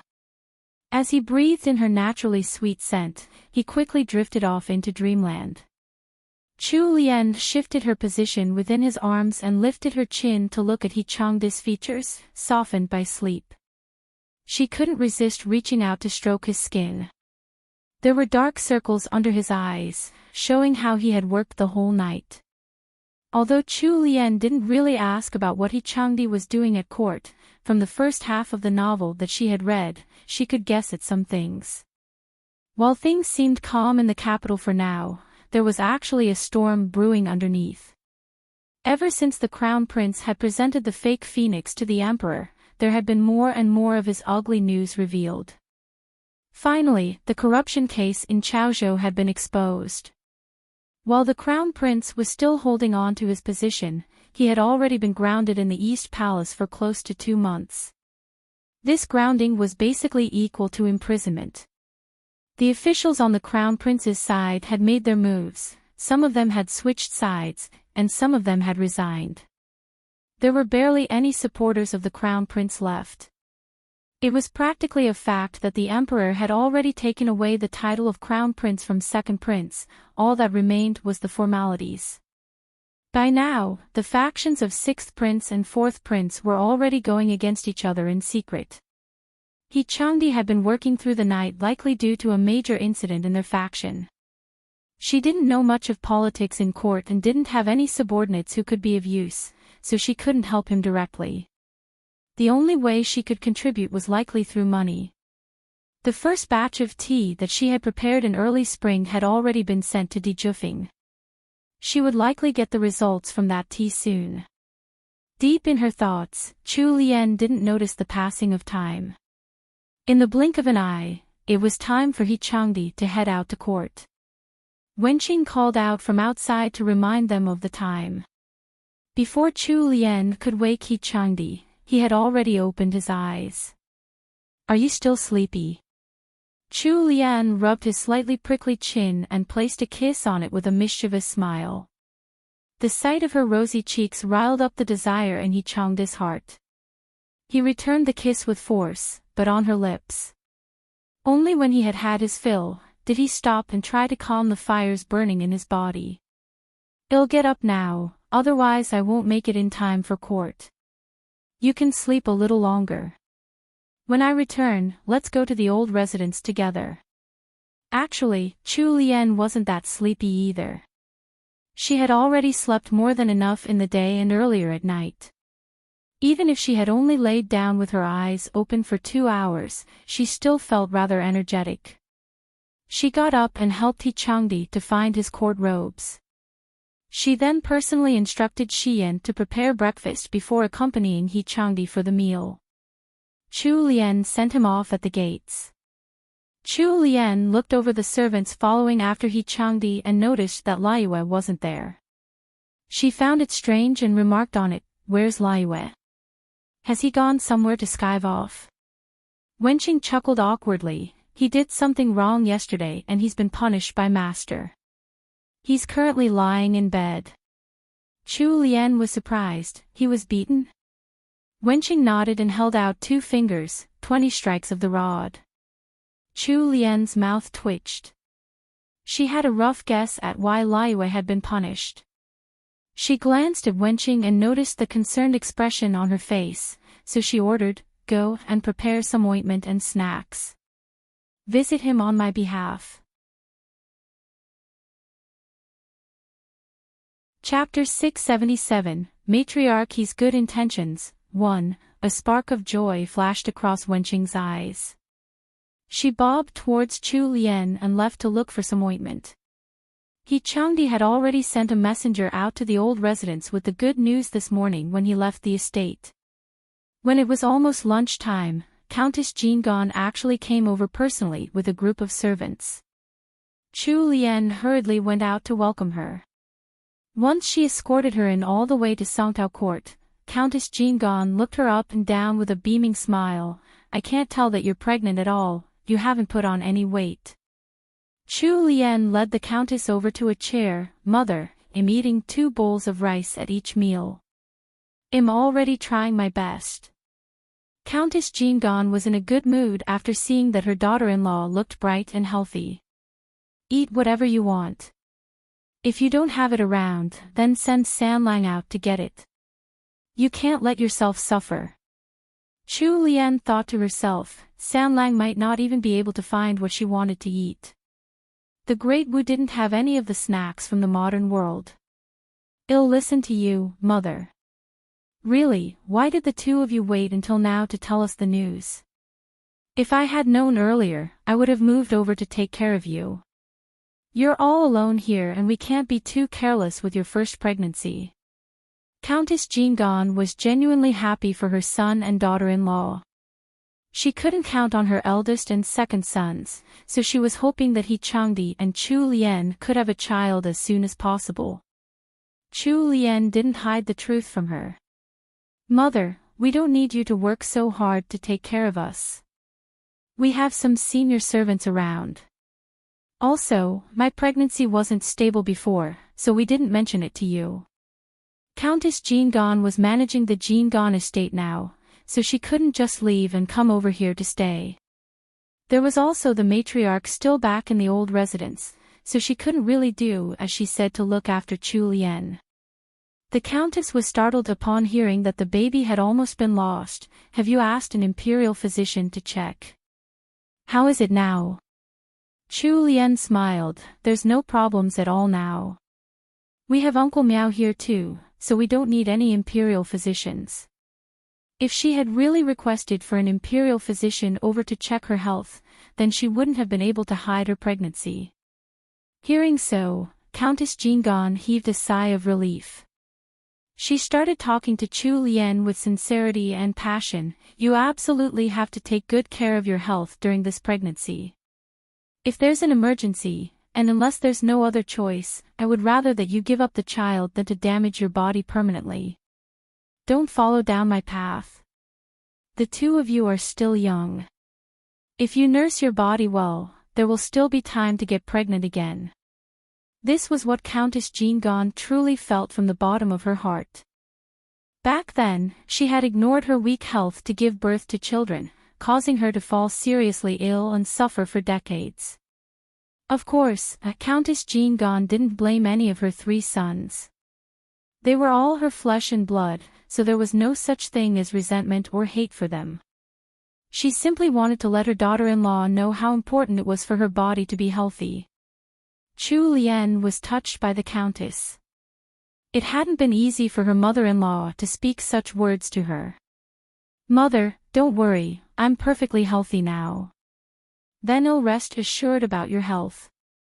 Come, let me tell you some things you have to take note of during your pregnancy."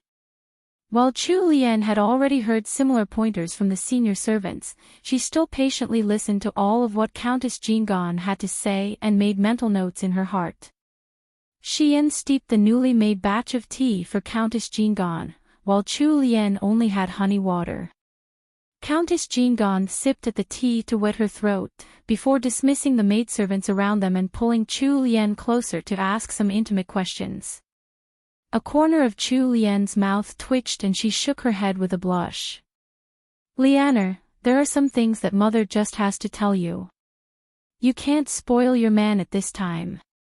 Don't be so muddle-headed as other women and find some bed servant for your husband while you're inconvenienced. Our house doesn't follow such customs anyway." Chu Lian found it funny and spoke honestly. "Mother, I'm not that generous. I think you've overestimated me. It's already been a tough month for me with this pregnancy. I'm already doing pretty good not torturing my husband. I wouldn't be so silly as to give him to some other woman." Countess Jingon stroked her head, satisfied with her answer. "It's good as long as you understand. However, we can't be too harsh with our husbands at times too." While Countess Jingon wasn't the brightest with managing the household, she did have a hand with managing her husband. Otherwise, how could a fearsome man like her father-in-law be so enamored with his one wife? "Once I heard that you were pregnant, I prepared plenty of things for you.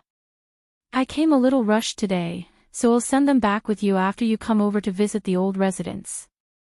Chu Lian didn't reject the offer and simply smiled in agreement. The Jingon estate. Once the third branch had moved out, the atmosphere here had cooled down significantly. Especially in the matriarch's Qingxi hole. He Erlang rarely returned to the estate, and Daolong was out from early morning to night. Every day, only Countess Jingon would come over to greet the matriarch with Little En and Little Lin in tow. Matriarch he wasn't very close to her two great-granddaughters. If not for Count Jingon rejecting the idea, she would have gone to the rural estate to live with Ying and her daughter. The matriarch's vision and hearing were both getting worse, while there was more and more white spreading in her hair. Each day, she woke up with aches and pains in her old body. It was no wonder that Count Jingon wouldn't let his aging mother go off to the rural estate. When He Changdi and his wife moved out of the estate, the matriarch felt frustrated with her remaining anger. Having a great-grandson had always been matriarchy's dearest wish. Now that they had suddenly received the news of Chu Lian's pregnancy, as much as the enmity between the matriarch and Chu Lian hadn't been resolved, the old woman still viewed Chu Lian in a better light.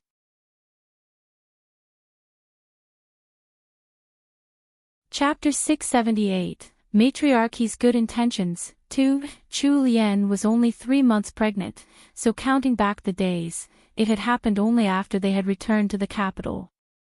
It was definitely their He family's child and not some wild bastard. Once she got the news, the matriarch went into the ancestral hall to offer up incense with the help of senior servant Lu. Although she was already a bag of old bones, she insisted on kneeling for 2 whole hours, begging for Chu Lian's first child to be a boy. Even senior servant Lu couldn't move her from her prayers. When she returned from the ancestral hall, matriarch He started preparing things for her unborn great-grandson. Senior servant Lu noticed that the old matriarch wouldn't sit still and tried to coax her. "Matriarch, you don't have to be so rushed. There's still another 6 months to go. Furthermore, we don't know if it'll be a little girl or boy. If you prepare the wrong items, then it will go to waste." The matriarch's expression turned fierce upon hearing such words from senior servant Lu. "What nonsense are you speaking? Of course it's going to be a little boy. Senior servant Zhou, follow my instructions and prepare all the items for boys." Senior servant Lu had no choice but to follow along with what matriarch He wanted. While the servants were busying themselves, Muxiang stood still in shock like a statue. She ran back to her own room in a panic and locked the door. Once the door was shut, she could no longer hide the resentful and sinister expression on her face. From an obedient maidservant, she changed into a demon who had just crawled up from hell. It wasn't supposed to be like this. It wasn't supposed to be. She leaned bonelessly against the door, sliding down into a squat. She grabbed at her hair, her eyes staring wildly into space, as if she couldn't accept the news she had just heard. In her past life, she hadn't had any children since she hadn't consummated her marriage with Enchanting. After she had gotten together with Xiao Bojian, although the two of them had gone to bed together many times, she hadn't gotten pregnant. She had always thought that it was her body that wasn't fertile, and she had always held some regret. When she opened her eyes and realized that she had been reincarnated into one of Matriarchy's maidservants, she had first felt cold hard fear. Later on, that had been mixed with a threat of elatement, as this body was perfectly healthy. In the future, when she got Heartwarming back again, she could give birth to their children. Furthermore, the lack of any good news from the current Chu Lian and Heartwarming after they had been married for so long had proven her guess from her past life. However, how had this happened? Wasn't her old body supposed to be infertile? How had that imposter gotten pregnant with Heartwarming's child? How could it be? She was the only one in the world who could bear children for Heartwarming. The more Muxiang thought about it, the angrier she was. Slowly, that anger was mixed with depression. She wanted to rush over to Chu Lian right now and tear her into pieces. Why? How? That body was hers. She was the one who was supposed to marry Heartwarming. How could that monstrous impostor use her body and take her husband and live so happily? In her extreme rage, Muxiang destroyed everything she could move in her room. When she was done, she laid panting over the desk, her eyes bitterly cold as she looked at the bits and pieces of the broken things on the floor. She looked like a viper eyeing her prey and wanting it dead. That monster had stolen away her body. She wasn't going to let it go so easily. When Heartwarming returned in the evening, Chu Lian had already ordered the servants to prepare everything. Countess Jingan and Chu Lian sat in the same carriage, while Heartwarming rode his horse alongside them and the guards all the way back to the old residence. They had already made a promise with the rest of the family that they would meet at the Jingan estate tonight. Even Heartwarming had returned early. Once they got to the Jingan estate, Chu Lian and Heartwarming bowed in greeting to Matriarchy and Count Jingan, before taking their seats at the large round table in the center of the parlor. This intimate family banquet was bathed in a joyous and harmonious atmosphere. Even Matriarchy didn't make any sour comments. When they were done, the family moved to the parlor of Qingxi Hall to have tea and chat. Now that Chu Lian was pregnant, Matriarchy's mood seemed to be much better. Heartwarming hadn't returned to the old residence in some time as well, so Matriarchy pulled him alongside her to catch up. Seeing that Heartwarming had become much thinner, the matriarch's heart ached for her youngest grandson. Look at you, why don't you know how to take care of yourself outside? You've become so thin. Chu Lian stiffened up a little, but she didn't say anything. While Matriarchy might not have meant anything by her words, it didn't sound like that to the others. It sounded like the matriarch was blaming her granddaughter-in-law for not taking good care of her husband and allowing him to get so thin from overworking. Heartwarming's cool and handsome face didn't change at all. When he spoke, it was in his usual low tones. Grandmother, you must be mistaken. I haven't lost weight at all. Since it was rare that Heartwarming would return to visit them, the matriarch didn't contest his words. All right, you haven't gotten thinner at all. Countess Jingan followed up to smooth out the awkwardness in the air. It looks like Sanlang has gotten even more muscular than before. Mother, you don't have to worry at all. The family continued chatting happily. Count Jingan didn't say much, but his gaze was full of satisfaction and affection when looking at his youngest son and daughter-in-law. Just as the family was enjoying the peaceful atmosphere, the matriarch suddenly spoke up, Sanlang's wife, since you've already moved out, then so be it. I can't stop you anyway. In the past, it didn't matter much that it was only the two of you in your estate, but things are different now. Sanlang's wife is pregnant, we can't be careless with this. I'm too old and I can't walk well now, so I can't move over to your estate. However, I can't rest easy with the two of you so far away. I thought over this for some time, and I've decided to send Muxiang back with you. She can serve Sanlang's wife and report her condition to me. I'll feel more reassured this way.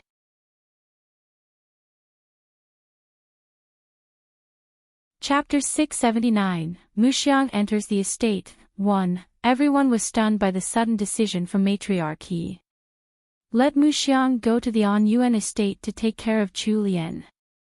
Muxiang was matriarchy's most trusted handmaid. The announcement set everyone to thinking as they tried to discern how much sincerity was in matriarchy's gesture. However, when they thought carefully about it, it seemed like there was no reason for matriarchy to make things difficult for Chu Lian. After all, the matriarch had been waiting for this unborn child for very long. While she had some conflict with Chu Lian previously, the child was innocent. The matriarch might be muddle-headed at times, but not to the degree of harming a child. Muxiang was a family servant. Her parents had passed away when she was a child, leaving her behind, so she had started serving the matriarch at an early age. Even senior servant Lu had praised her work before. Anyone with eyes in the entire Jingan estate could see her character for themselves. Even the harshest senior servant would likely recommend Muxiang for any work. Furthermore, her looks were very average and didn't stand out at all. Any one of Chu Lian's handmaids had her beat in the looks department. Matriarchy's intention to send Muxiang over to Chu Lian's place was really likely only out of concern for her unborn great-grandson. Chu Lian had also thought of all these. It wouldn't be good to reject the matriarch in front of so many people too. If there was really something wrong with Muxiang, then she could have her servants keep an eye over her in the Anyuan estate.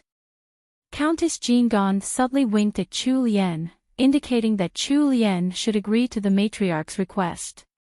Chu Lian turned her head slightly to gauge He Changda's reaction. His eyes narrowed slightly in response. Since he hadn't spoken up to reject the offer, Chu Lian knew what she should do next. She stood up and bobbed towards the matriarch, then granddaughter-in-law shall accept grandmother's kind offer. Please don't worry, grandmother. Granddaughter-in-law will treat Muxiang like any other servant in the Anyuan estate. The matriarch nodded in satisfaction. By the time the couple were ready to leave, Muxiang had already packed her bags and was following behind Chu Lian. On the way back to the estate, Muxiang sat in the same carriage as Wenlan. Muxiang had a good reputation amongst the servants in the Jingan estate, and she had grown up by matriarchy's side. Everyone treated her as a highly ranked servant. After Wenlan had been transferred to Chu Lian's side, she and her sister Wenqing had occasionally interacted with Muxiang. Muxiang was well-mannered and treated everyone generously. She was also a warm and magnanimous person. Others might even think that she was a young lady from one of the smaller noble houses. Wenqing and Wenlan both had good impressions of Muxiang. Since Muxiang was going to serve Chu Lian together with them from now on the way back to the estate, Muxiang and Wenlan started chatting happily. Wenlan had a good feeling about the new arrival Muxiang.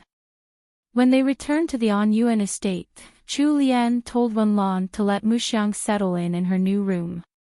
The couple then entered their bedroom and settled down on their chaise.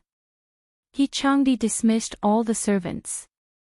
Chu Lian leaned against her husband's chest and played with a lock of his hair as she asked, "Hubby, you agreed to Muxiang coming to our estate too. What do you think of it?" He Changdi pulled her even closer and let her shift into a more comfortable position in his arms. He leaned close to Chu Lian's ear and whispered, letting the wolf in. Hearing this, Chu Lian immediately sat up straight with eyes wide. Muxiang is. He Changdi nodded. Although he couldn't be sure which faction she belonged to, there was definitely something suspicious about her. A dangerous spark lit up in He Changdi's eyes. He and Prince Jean had searched for very long, but they hadn't been able to find any leads at all. As for how Muxiang had gotten involved in all this, there were too many unanswered questions. Now that she had served herself up on a plate, it was a good chance for them to find out. Chu Lian was equally surprised. She thought back to the events in the original story. There hadn't been any mention that Muxiang was plotting something. Never mind, she couldn't figure it out, so she stopped trying to puzzle it over. Anyway, she hadn't even read the second half of the novel. She couldn't guess at what the author had been thinking either. Chu Lian blinked before letting out a crafty smirk. She sprawled over He Changdi's chest and whispered in a mischievous tone, "Then what should I do?" He Changdi patted her head, "We don't have to do anything right now. She just came over, even if she has bad intentions, she wouldn't act so quickly. Just don't interact with her directly and I'll send someone to watch over her in secret." Chu Lian nodded. She seemed to have suddenly recalled something. Chu Lian fought free of his embrace, wanting to jump off the chaise to grab something from her closet. However, when He Changdi saw that she was about to step onto the floor with just her socks, he hurriedly stopped her. "Put on your shoes." Chu Lian wasn't afraid of him. She paused for a moment before setting her feet down on the floor. In the next moment, He Changdi had already pulled her back to the chaise. He held down her squirming feet and pulled her soft-soled home shoes on over them. Once he was done, he carefully set her 2 feet on the ground and patted her pert butt. "Go on." Chu Lian turned back to glare at him speechlessly. "He Changdi, you're becoming too naggy." He Sanlang snorted back at her.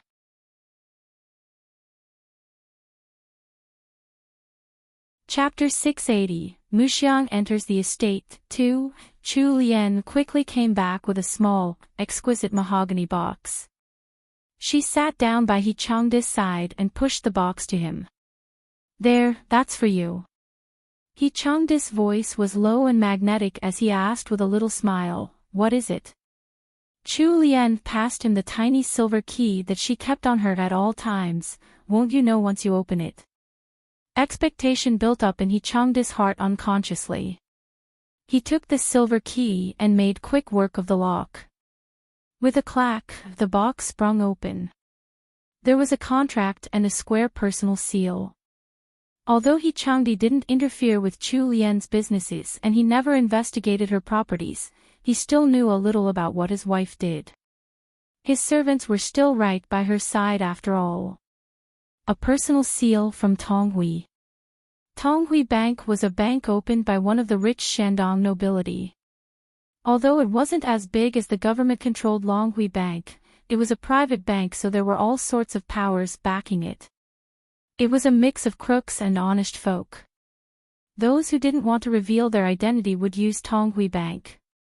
Tonghui Bank would issue a type of personal seal specially for important clients. As long as they brought the stamp to a branch of Tonghui Bank, they would immediately be able to draw cash. There were very few of these seals in circulation, less than 100 according to rumors.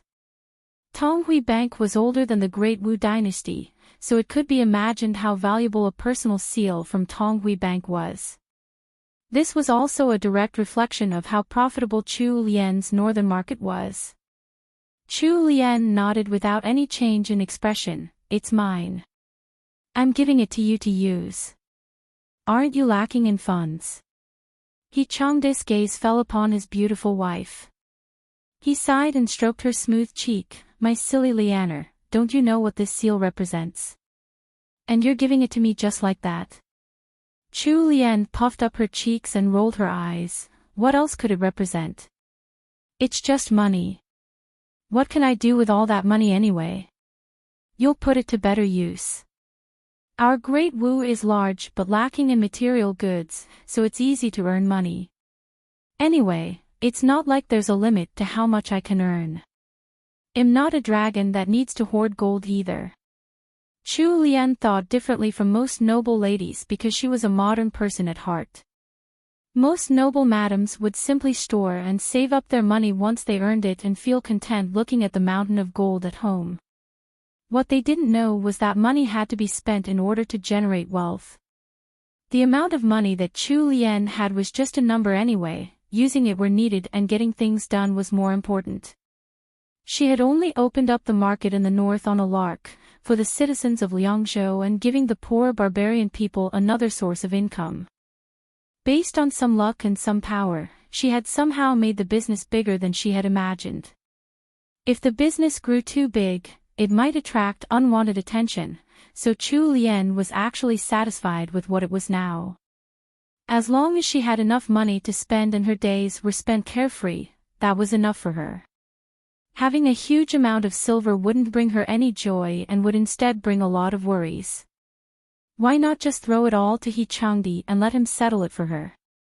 He Changdi's heart warmed because of her gesture. He had encountered so much unjustness in his past life. Even his own parents had never done anything so thoughtful for him before.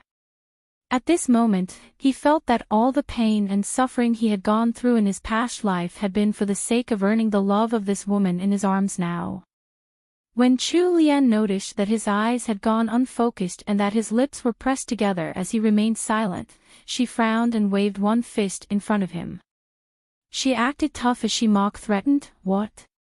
You don't want it? Are you afraid I'll charge interest?" He Changdi focused his gaze on her lovely features. The stiffness in his expression faded and softened as if the spring breeze had pushed it away. He hugged Chu Lian tightly as his magnetic voice resounded by her ear. "Lianer, thank you." Chu Lian rested her head against He Changdi's chest. There was a slight smile on her lips. The couple stayed ensconced in their little corner of warmth for an hour, unknowing of the growing impatience in Muxiang's heart as she waited in the parlor outside. After she had followed Wenlan over to her new room, she had been taken to the parlor next. The handmaids and senior servants who were usually close to Chu Lian were all here. Wenlan looked at her sister, who was right next to her, but Wenqing shook her head. Just as she was about to speak, senior servant Zhong called the two sisters over to the corridor outside. Before the two handmaids could speak, senior servant Zhong ordered, "The two of you, take Muxiang with you on your work. She is to take the place of Jingyan temporarily. When you have the time, tell her about Madam's usual habits and the rules of our estate. Do guide her along." Wenqing and Wenlan were surprised. Wenqing thought it over before asking, "Momo, is this Madam's order? Although Sister Muxiang is matriarchy's handmaid and we want mistreat her, isn't it a little inappropriate to let her take the position of personal handmaid so quickly?" Senior servant Zhong had her own doubts in her heart, but this wasn't her decision to make. This order came from Master and Madam. Since our masters have already decided, we are to follow their orders. However, we cannot be complacent and forget to take caution against her. The masters had this meaning too when they ordered you to guide Muxiang. Wenqing and Wenlan exchanged glances. They then replied in unison, "Momo, don't worry. We understand."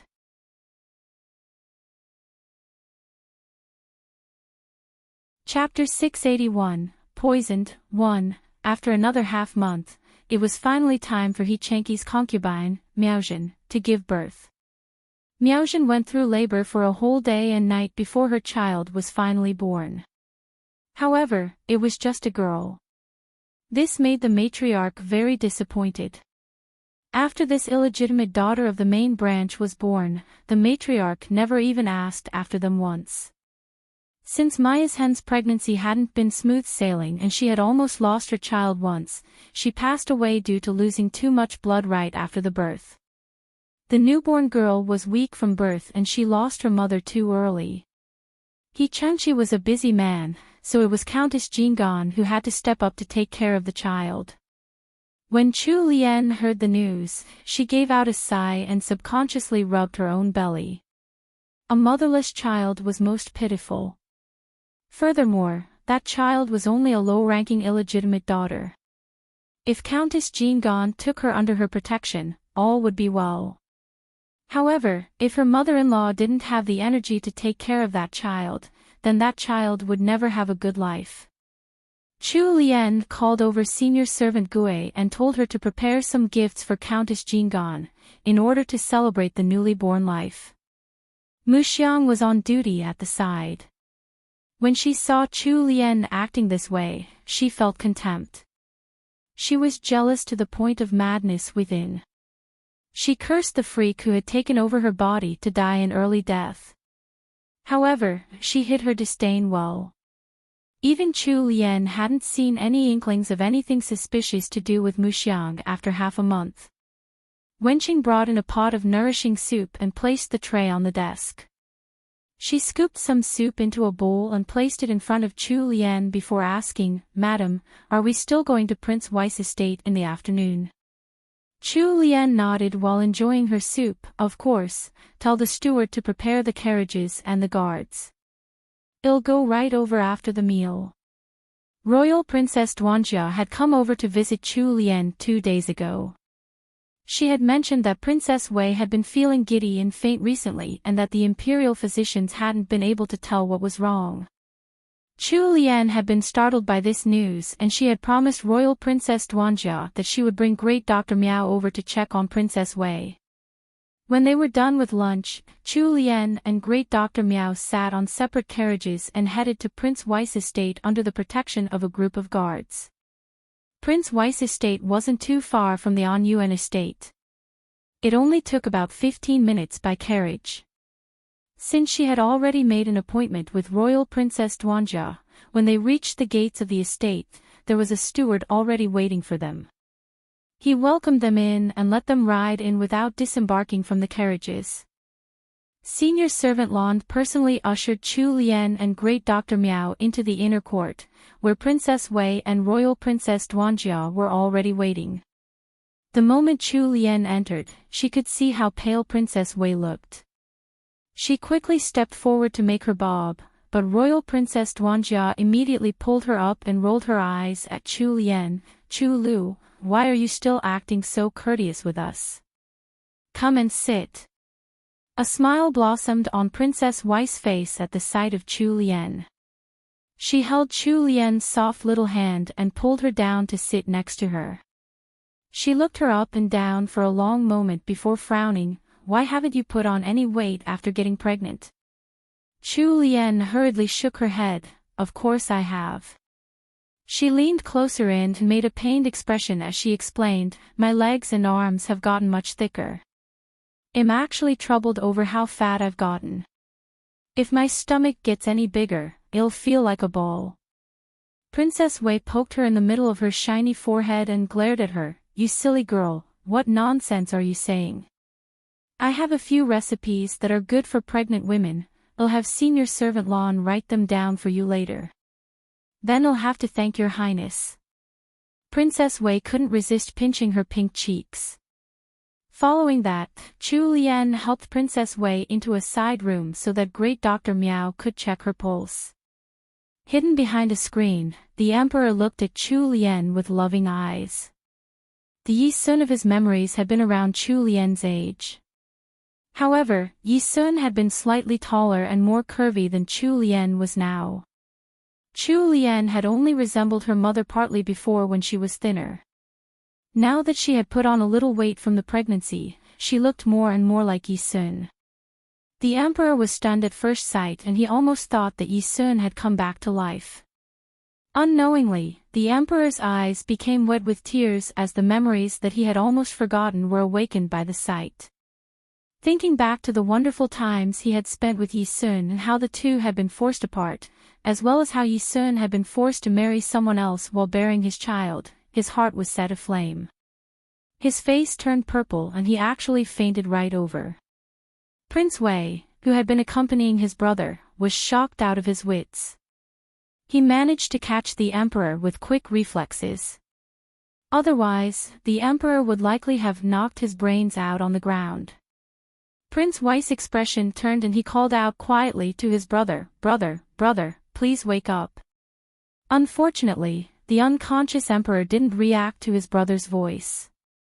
A shadow fell over Prince Weiss' expression and he quickly ordered the secret guards to bring the Emperor to a room at the side. He then passed his own personal token to another secret guard and ordered him to bring the imperial physicians over discreetly. On the other side, Great Dr. Miao had just finished taking Princess Weiss' pulse and was explaining his diagnosis to her. "There's no need to worry, Your Highness. These are just some symptoms of weakness. I'll prescribe some medicine for you to treat the weakness in your body. Your Highness should recover completely after a few months." Chu Lian visibly relaxed upon hearing the doctor's diagnosis. Meanwhile, there was a subtle hint of awkwardness on Princess Wei and Royal Princess Duanjia's faces. Actually, they had already known that Princess Wei wasn't really ill, so they had exaggerated the symptoms a little so they had an excuse to invite her over to their estate. He Changdi had been very overprotective of her. If not for the pregnancy having passed 3 months, they might not even have been able to get her out of her estate. Thus, they had used the excuse of Princess Weiss' poor health to invite the pregnant Chu Lian out, as well as to satisfy the request that the Emperor had made. Princess Wei had already found out the true reason behind this request from Prince Wei, so she now had an extra degree of closeness and love towards Chu Lian. The princess treated Chu Lian as if she were really her daughter now.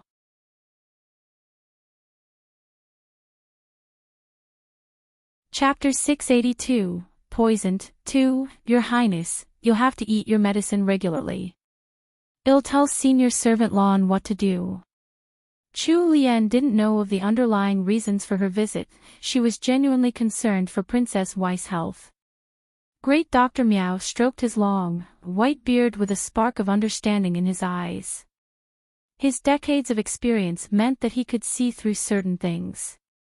Although he had realized what was going on the moment he read Princess Weiss' pulse, the sharp Great Dr. Miao didn't expose their excuse and simply followed along with what Princess Wei wanted. "Lianer, don't worry.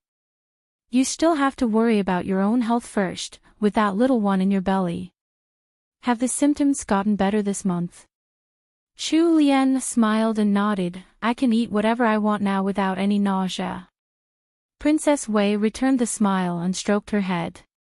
While the atmosphere in the room was warm, Senior Servant Lon suddenly rushed into the room with a terrible expression. Princess Wei frowned at the sight. "What's wrong?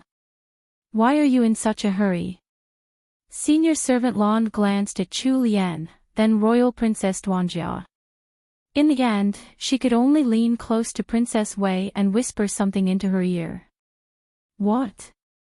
The originally kind expression on Princess Weiss' face fell away and absolute shock replaced it in an instant. The fact that she hadn't been able to conceal the change spoke to the gravity of the news. It was very rare that Princess Wei would act this way. Even Royal Princess Duanjia had never seen her mother lose her composure like this before. Royal Princess Duanjia asked urgently, "Mother, what's wrong?" Chu Lian stood up along with Royal Princess Duanjia. She pressed her lips without speaking and looked seriously at Princess Wei.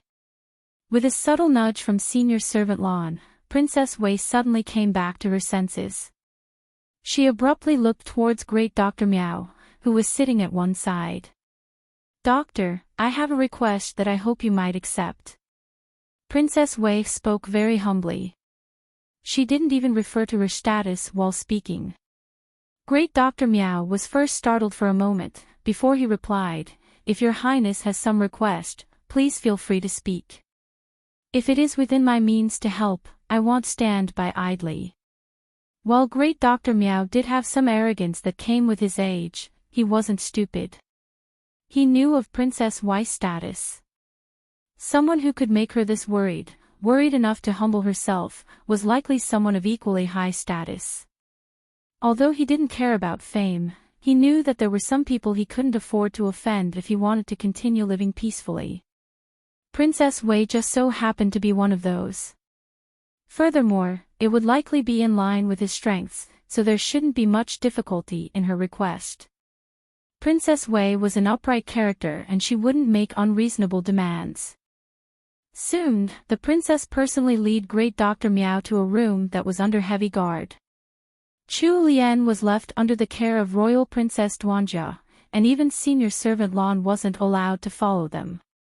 Within the heavily guarded room, Prince and Princess Wei stood by the bedside while two men stood not too far away. One of them was a clean-shaven man who looked to be in his 50s, while the other man was much younger. Great Dr. Miao only managed to glance at them before a chill ran down his spine. His gaze moved to the middle-aged man in steel-gray robes lying on the bed. The doctor suppressed the turbulent emotions in his heart by shutting his eyes and letting his mind calm down. He was invited to sit by the bed by Prince Wei. He didn't ask any questions and simply started taking the pulse of the middle-aged man according to Prince Wei's instructions. After 15 minutes or so had passed, Great Dr. Miao was done with his diagnosis. He looked back at the middle-aged man on the bed before looking up at Prince Wei. While time has left its mark on the mysterious man's face, it was clear that Prince Wei and the man were closely related. The two of them had very similar features. Great Dr. Miao was deliberating on what to say. His brow was already furrowed from tension. After mulling it over, he decided to tell the truth.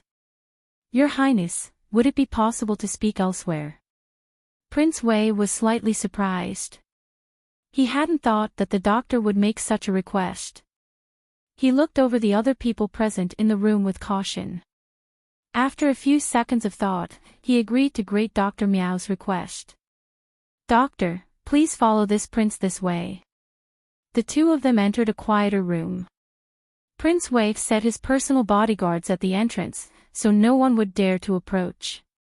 Great Dr. Miao took a deep breath before speaking resolutely. "The patient has been poisoned." Even Prince Wei couldn't maintain his composure at this point. His eyes were wide with disbelief. "What did you say?" "He's been poisoned." "How could that be possible?"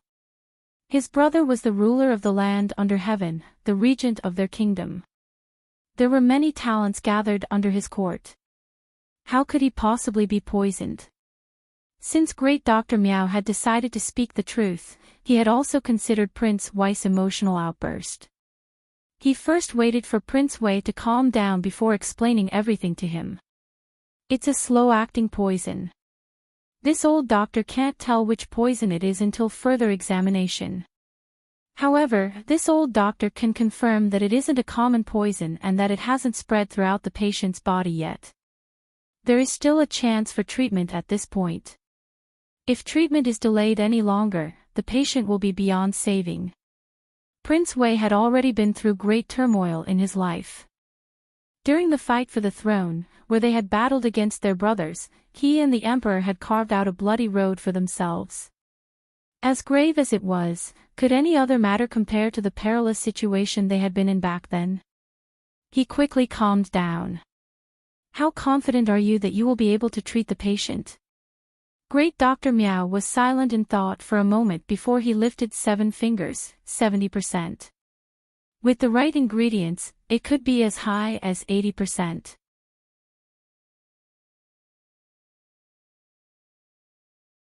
Chapter 683, Businesses. 1. Don't worry, Doctor. The ingredients aren't a problem. This prince will be able to gather whatever you need in the shortest possible time. Great Dr. Miao tactfully avoided any other questioning and focused on writing the prescription. In the evening, the emperor finally woke from his coma. Great Dr. Miao had been watching over him all this time. He heaved a sigh of relief and wiped at the cold sweat on his forehead. Since his job was done, he kept the silver acupuncture needles he had been using and bowed to Prince Wei before following Eunuch Wei out of the room, taking his medicinal case along. Chu Lian had stayed in Prince Wei's estate until it turned dark, so Changdi came looking for her.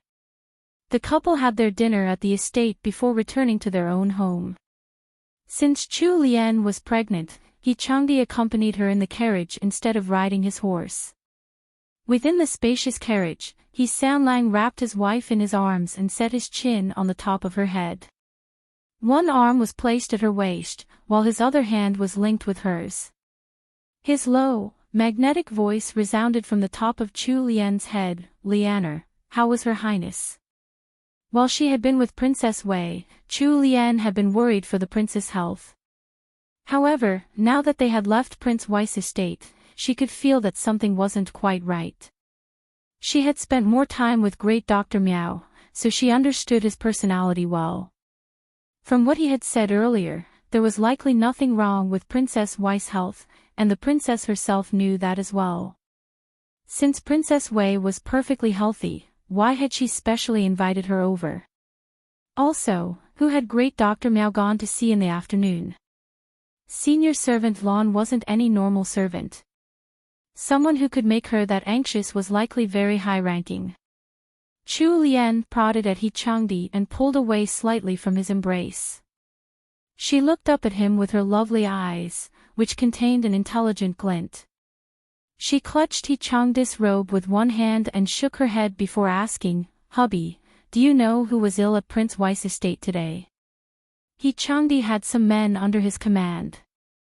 Some of them were from Prince Jin, and some of them were the Jingan estate's private soldiers, so he received news very quickly.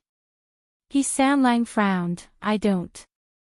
The elder royal prince wasn't around and the younger royal prince has always been healthy. Only Princess Wei has ever had any issues with her health."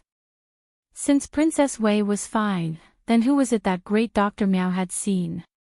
Chu Lian explained everything that had happened at the estate this afternoon to He Changdi. While deep in thought, He Changdi moved his arms to shift his wife into a more comfortable position. After some time, he spoke up, "Lianer, do you think it's the person above Prince Wei?" As He Sanlang was speaking, there was a glint in his eyes. Chu Lian was startled by this guess. She pondered it over in her mind and realized that it made sense. Why would His Majesty be at Prince Wei's estate at this time? I heard Royal Princess mention that His Majesty doesn't go incognito often. He Changdi bent down to kiss his wife's soft cheek before pressing her head into his chest. There were some things that he wasn't certain of, so he hadn't told them to Chu Lian yet. The Emperor's recent actions, especially those directed at him, were likely related to Chu Lian. It might be a coincidence. "Lianer, don't exert yourself too much thinking about these matters. When Uncle Miao returns, you'll go have a chat with him." Chu Lian didn't like thinking about politics and figuring out what the Emperor's intentions were. Furthermore, she had gotten lazier after becoming pregnant. She leaned back comfortably against He Changdi's chest and shut her eyes, feeling a little fatigued. He Sanlang stroked her smooth hair. "I've already prepared something for Muxiang. Even if we've already taken enough precautions, you have to be careful. Don't give her any chances to attack. The day that Muxiang tried anything would become her very last day on this earth." While He Changdi was a loving and caring husband in front of Chu Lian, he was a grim devil to everyone else. After experiencing the tragedy of his past life, and from the start of his current life, he could still be considered a good person. Now that he had gone through the army and returned to the capital only to join in the dirty politics going on in court, there was more blood staining his hands. The fighting in the Emperor's court had always been 100 times more cruel than any spat in the inner courts. Chu Lian nodded sleepily, ensconced in the warmth of He Changdi's arms. He Changdi could sense his wife's breathing slowing down, so he hugged her more tightly. Right now, it wasn't just his beloved wife he was holding his arms, but also their very first unborn child. The little body he was hugging right now represented his entire world. Unknowingly, the ice on He Changdi's face melted away, leaving only a tiny, warm smile on his lips. The next day, Great Dr. Miao was sent back to the An Yuan estate. He Changdi personally went to visit Great Dr. Miao. After their chat, He Changdi had basically confirmed his suspicion that Great Dr. Miao's patient in Prince Wei's estate had been the emperor himself. Great Dr. Miao had already decided to retire and spend the rest of his days in the Anyuan estate. He had saved Countess Jean Gan's life and he had already become like a senior family member to He Changdi and Chu Lian, so they were on the same boat. Great Dr. Miao was also a smart one. He wouldn't hide anything from He Changdi and Chu Lian. With that piece of news, He Changdi went straight to Prince Jean's estate. Time passed in a flash. Another 2 months had gone in the blink of an eye. Although it was already August and autumn had arrived, the weather was still rather hot, especially for a pregnant woman with a growing belly. Chu Lian was now 6 months pregnant, so her belly had blown up. Right now, even if she wore the loosest dress she had, she wouldn't be able to hide the swell of her belly. Although she was now eating for two, other than the size of her abdomen, there weren't many physical changes. Her face didn't swell up at all. However, the pregnancy hormones had given her the natural glow that most pregnant women got. She became even more beautiful than before. Royal Princess Duanjia came to visit Chu Lian often, and would comment enviously on how Chu Lian didn't look pregnant at all other than her belly. Most women would become plumper while pregnant, some might even grow spots on their faces. They might not even be able to clean up properly or dress up as before, so their looks would drop a grade or two during their pregnancies. However, in contrary to all that, Chu Lian's face had undergone a transformation. She had lost all the baby fat on her face and turned into a stunning and ravishing beauty.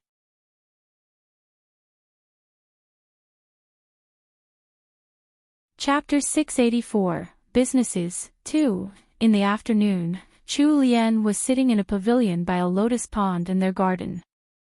There were quite a few different confections placed on the table. There were glutinous rice cakes, yam and jujube cakes, for Joy's dumplings, and cloud cakes. There was also a cup of fragrant jasmine flower tea next to the confections. Chu Lian leaned against the railing of the pavilion and listened to Manager Qin and Zhou Wen's reports on the northern market, as well as Dijufing restaurant. All that Chu Lian did for her business was to check the account books once a month. Everything else was left to the two managers to handle. Madam, the population of Liangzhou has already increased a few times over thanks to the northern market. More than half of the simple courtyards we built at the perimeter of Liangzhou city have been rented out. There are still a few more courtyards that are more finely decorated. Should we rent those out as well? The original Liangzhou city had been like a dead town. The citizens hadn't even outnumbered the soldiers stationed there. This had also caused the senior official seat of Liangzhou to remain empty ever since the last one had been sacked. Chu Lian had built more than 10 simple markets at the boundaries of Liangzhou at the start, attracting the barbarians and Tuhan commoners. They had used barter to trade goods at first. A jar of salted vegetables could be exchanged for some livestock, including cows, horses, or goats. It didn't even matter if they transported the livestock as live animals or after processing them into meat and skins. They would reap incredible profits by shipping them to Sioux City. Later on, as the markets grew bigger and bigger, the barbarians and Tuhans were no longer so stupid as to continue trading at that low price. While the price of material goods had increased, due to the restrictions of the geography in Liangzhou, there was still a huge difference in price from the other cities that they could profit from. Merchants pursued opportunities. Sioux City was close to Qianshan Lake, and was considered a major city. Thus, the merchants of Sioux City were soon drawn to Liangzhou to do business. The northern markets had also become more vibrant and bustling thanks to the addition of those merchants. After the first batch of merchants in Sioux City brought in their first profits, the reputation of the northern markets spread further and further. Soon, merchants from faraway places started traveling to Liangzhou. In this age where everything depended on word of mouth, the more the number of people, the more the city would flourish. Once these people entered Liangzhou city, they would add on to Liangzhou's dwindling population. With the northern market having turned into a grand market and drawing more people in, there were more and more people settling in Liangzhou city daily. When enough people had settled in the city, all sorts of businesses would soon spring up like bamboo shoots after the rain. The merchants who had come to Liangzhou city to do business would need a place to stay. Thus, this is where the various houses and properties that Chu Lian had bought at low prices came into play. The newly built houses were rented out to the traveling merchants. Since Liangzhou city was now in the midst of a boom, the rental of those houses would only get more and more expensive. As long as they had the deeds and properties in hand, renting out or selling those courtyards would be pure profit. Even Manager Qin, with his experience, had never thought that the desolate and liveless Liangzhou city could change so much in the short period of half a year. The old city was now bordering on the edge of overpopulation, even. Chu Lian sipped a mouthful of the delicate jasmine tea. She pondered for a bit before speaking to Manager Qin. Don't rent those out yet. Wait a while longer.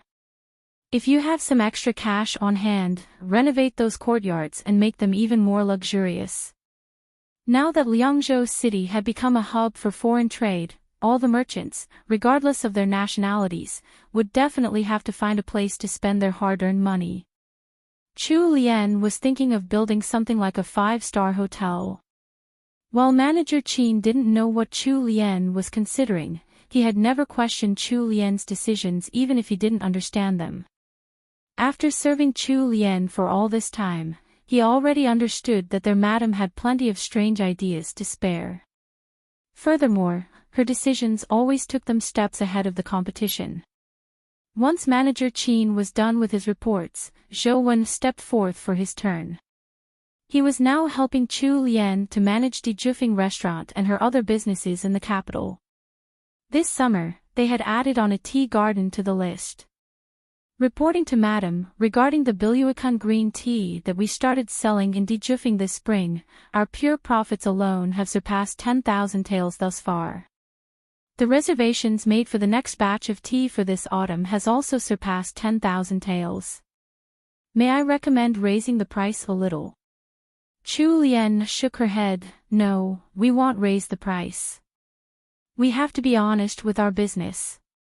Since we've already set the price earlier, we won't change it for the rest of this year. Tell them not to accept any more advance orders and tell them we're already sold out. If they would like to reserve more, they'll have to wait until next spring. Actually, the tea mountain that Chu Lian had bought was large enough to fulfill more than just this amount of orders, but she didn't want to sell more. The rarer something is, the more its perceived value. This was the law of supply and demand. Furthermore, she hadn't finished developing her methods for drying tea leaves and she needed more time to research and try it out. She also had to look through the various types of new tea she had bought on the mountain and filter out what she needed. Thus, they had to limit the scope of their tea operations for now. Once everything was ready, it would be time to expand the market. TL note: food porn is back. Unfortunately, this will be the last food porn until the end, because we're in for the conclusion of the major plot. These all look really sweet and tasty. I've never tried any of these unfortunately, as they seem to be local specialties from China. The cloud cakes look really interesting though. Glutinous rice cakes, yam and jujube cakes for Joy's dumplings, cloud cakes. Another view of cloud cakes. I also found this video showing how glutinous rice cakes are made.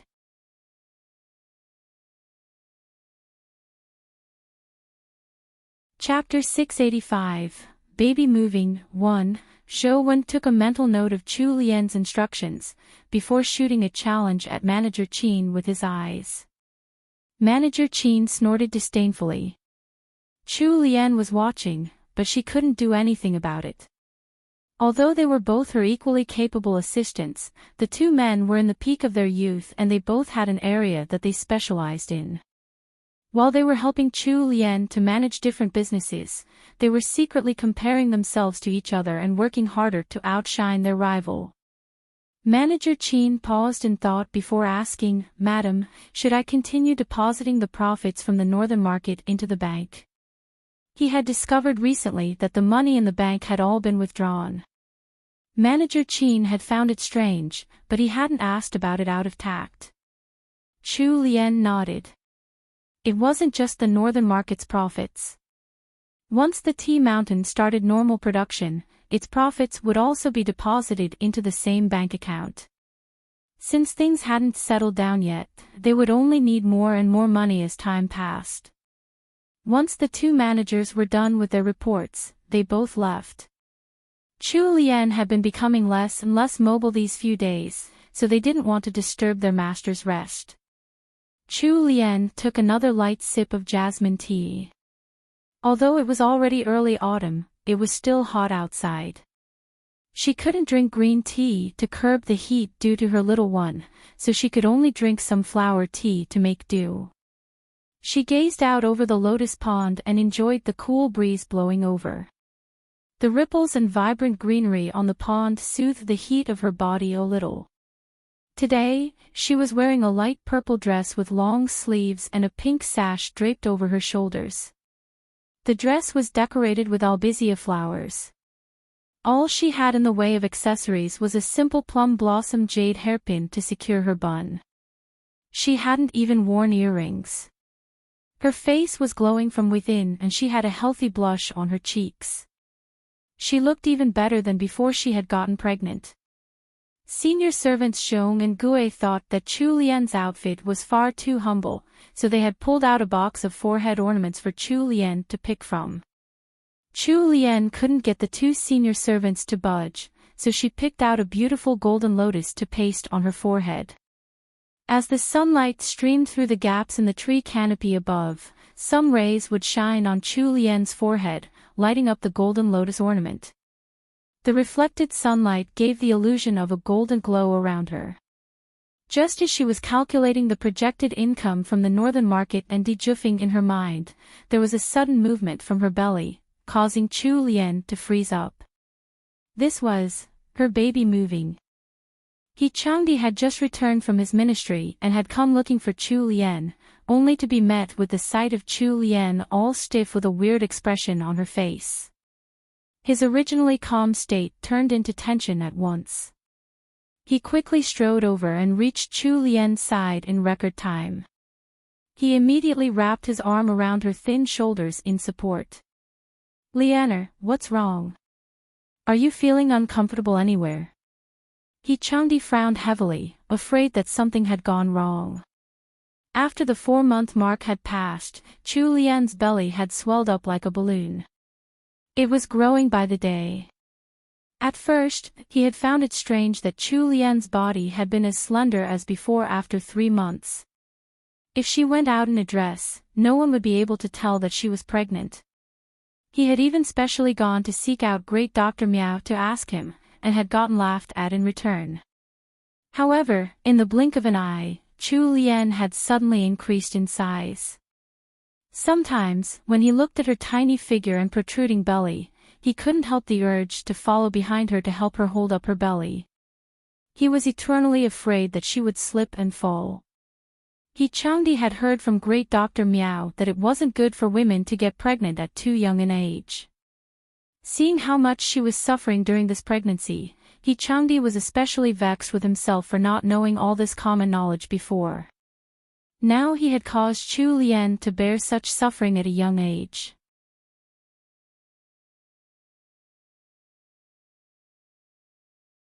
Chapter 686, Baby Moving, 2. In the first 3 months, He Changdi had still obediently slept on the chaise beside the bed. However, now he refused to let her sleep alone in bed. Ignoring the protests of the 2 senior servants, He Changdi had removed the chaise by the bed and was now hugging her to sleep every night. He would even help her turn around at times. Sometimes, when it came to midnight, Chu Lian would suffer cramping in her legs. Since she slept in his arms, the moment she moved, he would wake immediately and help her with the cramps. As time passed and he became used to his work, Chu Lian was starting to feel that her husband had become even better than Xian at taking care of her.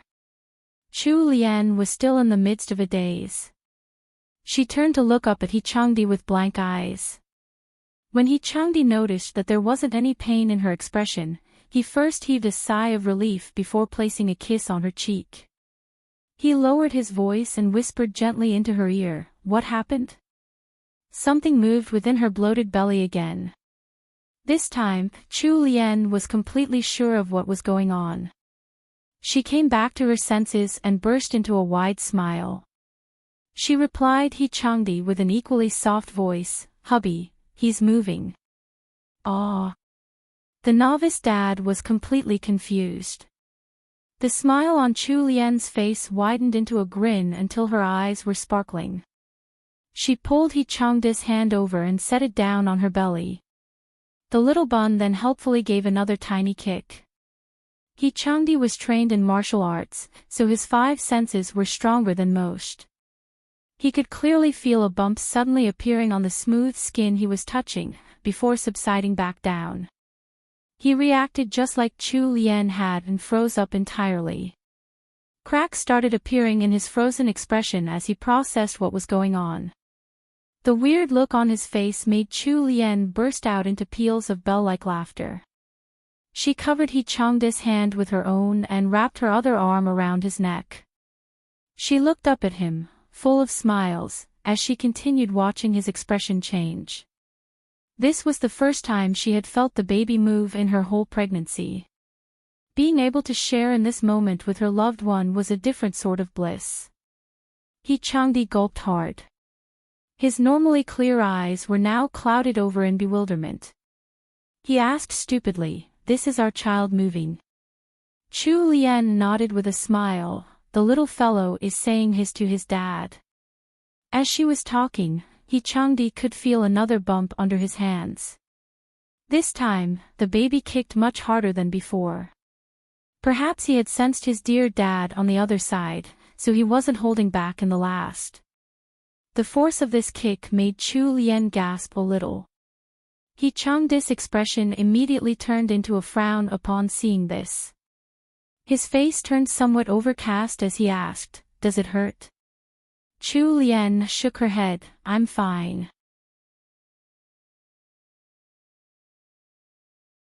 Chapter 687, Praying. 1. There was a special custom in the capital.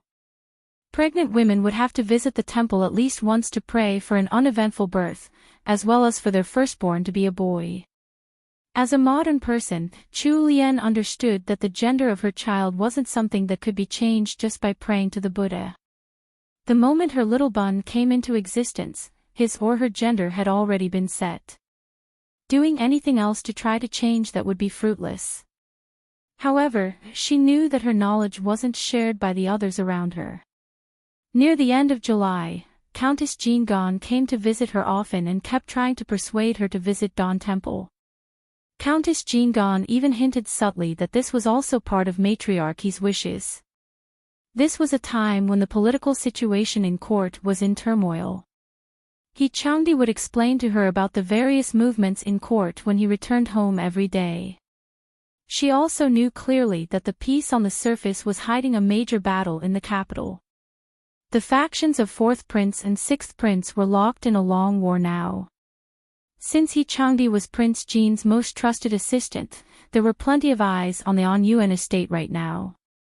As a helpless woman carrying around an unborn heir, what she should do was to stay in the well-protected estate and sit quietly until her child was ready to come into the world. However, Countess Jingon had already come over to remind her a few times. Even Princess Wei had told her to go to the temple. Chu Lian rubbed her swollen belly and sighed helplessly. Sometimes, even though she knew that her action would be useless, she would have to do it regardless. Matriarch He, Countess Jingon and Princess Wei were all her seniors. They carried the hopes of the entire Jingon estate, as well as Prince Wei's estate. She couldn't just reject their kindly reminders without a good reason. Chu Lian looked down at her belly. It wasn't very big right now. If she waited any longer, it would be even harder to travel when she was 7 months pregnant, so why not make the trip a little earlier? Thus, Chu Lian discussed the matter with He Changdi. He Changdi wanted to reject the request at first. He was more worried for Chu Lian's safety. As for the little one inside her, he didn't care about their gender since the little one would be their child regardless. They were still young. Even if their first child was a daughter, they could just have another child if they wanted a son. However, when he turned to see Chu Lian facing him with her puppy eyes, he couldn't bear to turn her down. He recalled the bias that his grandmother had against his wife. If he didn't agree to this, grandmother would likely blame it on Chu Lian. If their first child wasn't a boy as grandmother wanted, then the one who suffered would likely be his wife again. He Sanlang mulled over it for a long time before agreeing reluctantly. He stroked the smooth skin on his wife's tender cheek. "I'll go with you on that day." He Sanlang wouldn't be able to rest easy unless he went with her personally, even if they sent more guards. The temple that Chu Lian and her party intended to visit was Dawn Temple, on the outskirts of the capital. It was situated halfway up Mount Lanxiang, and was known as the temple that Empress Xiao Xian had retired to as a nun. Thus, it was counted as one of the imperial family's temples. It was rumored to be very effective in granting the wishes of its devotees. Dawn Temple was open to the public as well, so there were plenty of people visiting the temple to pray each day. However, when they reached the foot of Mount Lanxiang, there was another road built specially for nobles. There was also another area of Dawn Temple specially catered for the imperial family or nobility who wished to pray there, so they didn't have to squeeze in with the commoners. This was also why He Changdi had agreed to his mother's suggestion of visiting Dawn Temple. They decided on the 10th of August as the day for their temple visit. It was neither the 1st of the month, nor the 15th, the traditional days for prayer.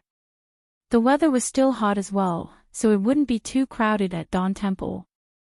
He Changdi made sure to leave that day free. There weren't many people accompanying Chu Lian to the temple. It was only Countess Jingan, He Changdi, her maidservants, as well as their guards.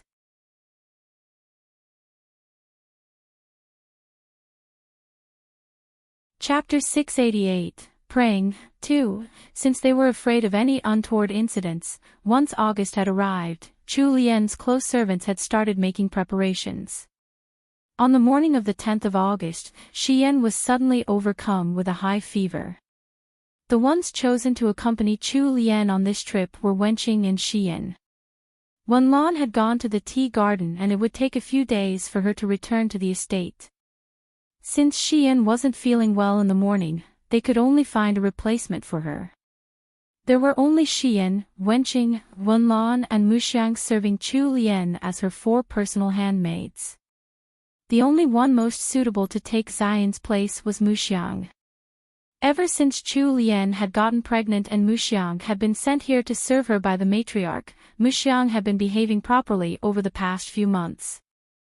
Furthermore, she worked swiftly, and got along well with the other maidservants. Even Wenqing, Wenlan and Xian had stopped guarding against her. Senior servants Gue and Zhong were both troubled.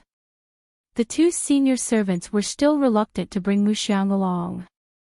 Since they would be traveling out of the estate, they would have to take care of their madam the whole way. As amiable as Muxiang was, she had only been serving for a few months and she was still considered one of matriarchy's servants. The 2 of them hadn't forgotten how matriarchy had been biased against Chu Lian when they had moved out of the Jingan estate. Compared to Muxiang, the 2 senior servants trusted the second-tier maidservant Bai Chaomor. Just as senior servant Zhong was about to speak, Muxiang stepped up. She bobbed naturally to Chu Lian, a trace of worry showing in her expression. "Since Xian isn't well, please let this servant serve madam today." When Chu Lian heard that the sick Xian had seemingly relaxed upon hearing Muxiang bravely volunteer as her replacement, she bowed her head and pretended to think about it for a long moment. Finally, she said, "Fine, you can come along today. Bai Cha, take care of Xian. Get Uncle Miao here to take a look at her." Why did she suddenly fall ill? Beicha immediately replied in the affirmative and turned to stride toward Zion's room, where the ill maidservant was resting. All right, it's getting late. Hurry up and pack these up. When my husband is back from court, we'll move out. Chu Lian was helped over to a wooden chair in the outer room by Wenqing. Senior servant Zhong came out along with them. Chu Lian glanced over at the senior servant. When she caught sight of the hesitant expression on senior servant Zhong, she asked, Momo, is there anything you wish to say? Senior servant Zhong was startled by the question. Madam, this servant is afraid it won't be too good to let Muxiang go with us. Chu Lian had guessed that she would say that. She patted the elderly servant's hand to reassure her, don't worry about it. Even if she has any bad intentions, she's just one person. With my husband nearby, what can she do? Since her master had already said so, senior servant Zhong kept the rest of her worries to herself. She sighed inwardly. There were some things that Chu Lian still wasn't cautious enough about. Actually, she found it rather strange. Chu Lian was normally quite prudent and treasured her life very much. Why would she suddenly act so carelessly? She was carrying 2 lives now. Even if Muxiang was a weak maidservant, if she really wanted to do anything bad, she might be able to. Perhaps the pregnancy had affected her master's brain. Made her more foolish. That didn't seem right. Just 2 days ago, Zhou Wan and manager Qin had been singing Madam's praises in her ear for her marvelous ideas for the northern market and Dijufing.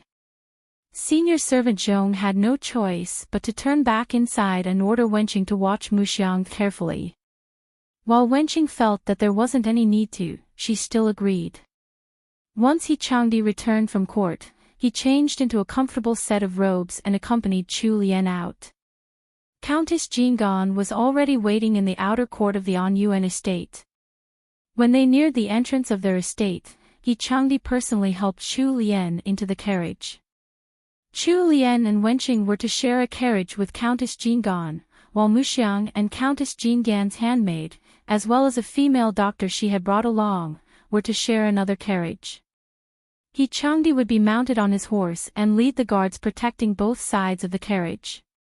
However, as they were traveling on the roads and before they had even reached the foot of Mount Lanxiang, a fast horse came chasing after them from behind.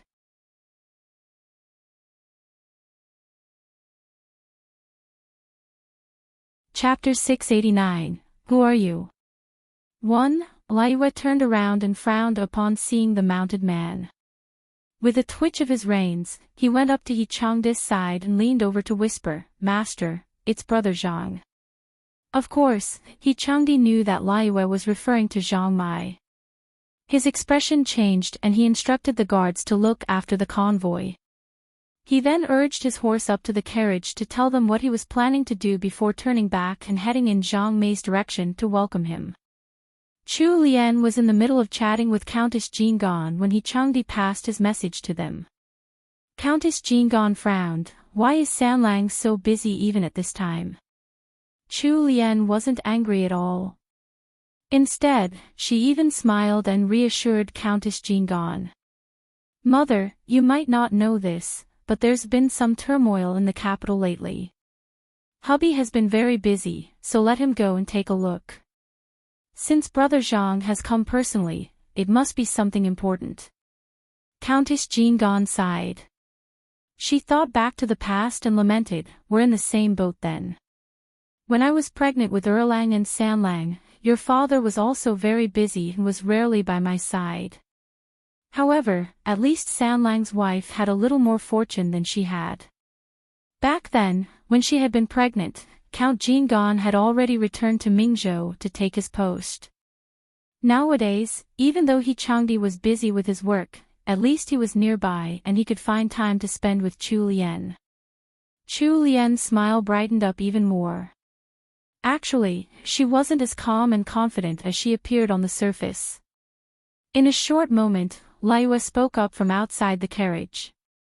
Madam, third young madam. What's wrong? Third young madam, third young master has been called away by Brother Zhang on urgent business. He told this servant to pass it on. Of course, Countess Jingan could hear everything that Liyue had said to Chu Lian. Sanlang's wife, since Sanlang has left, why don't we head back to the estate first and find another day to visit the temple?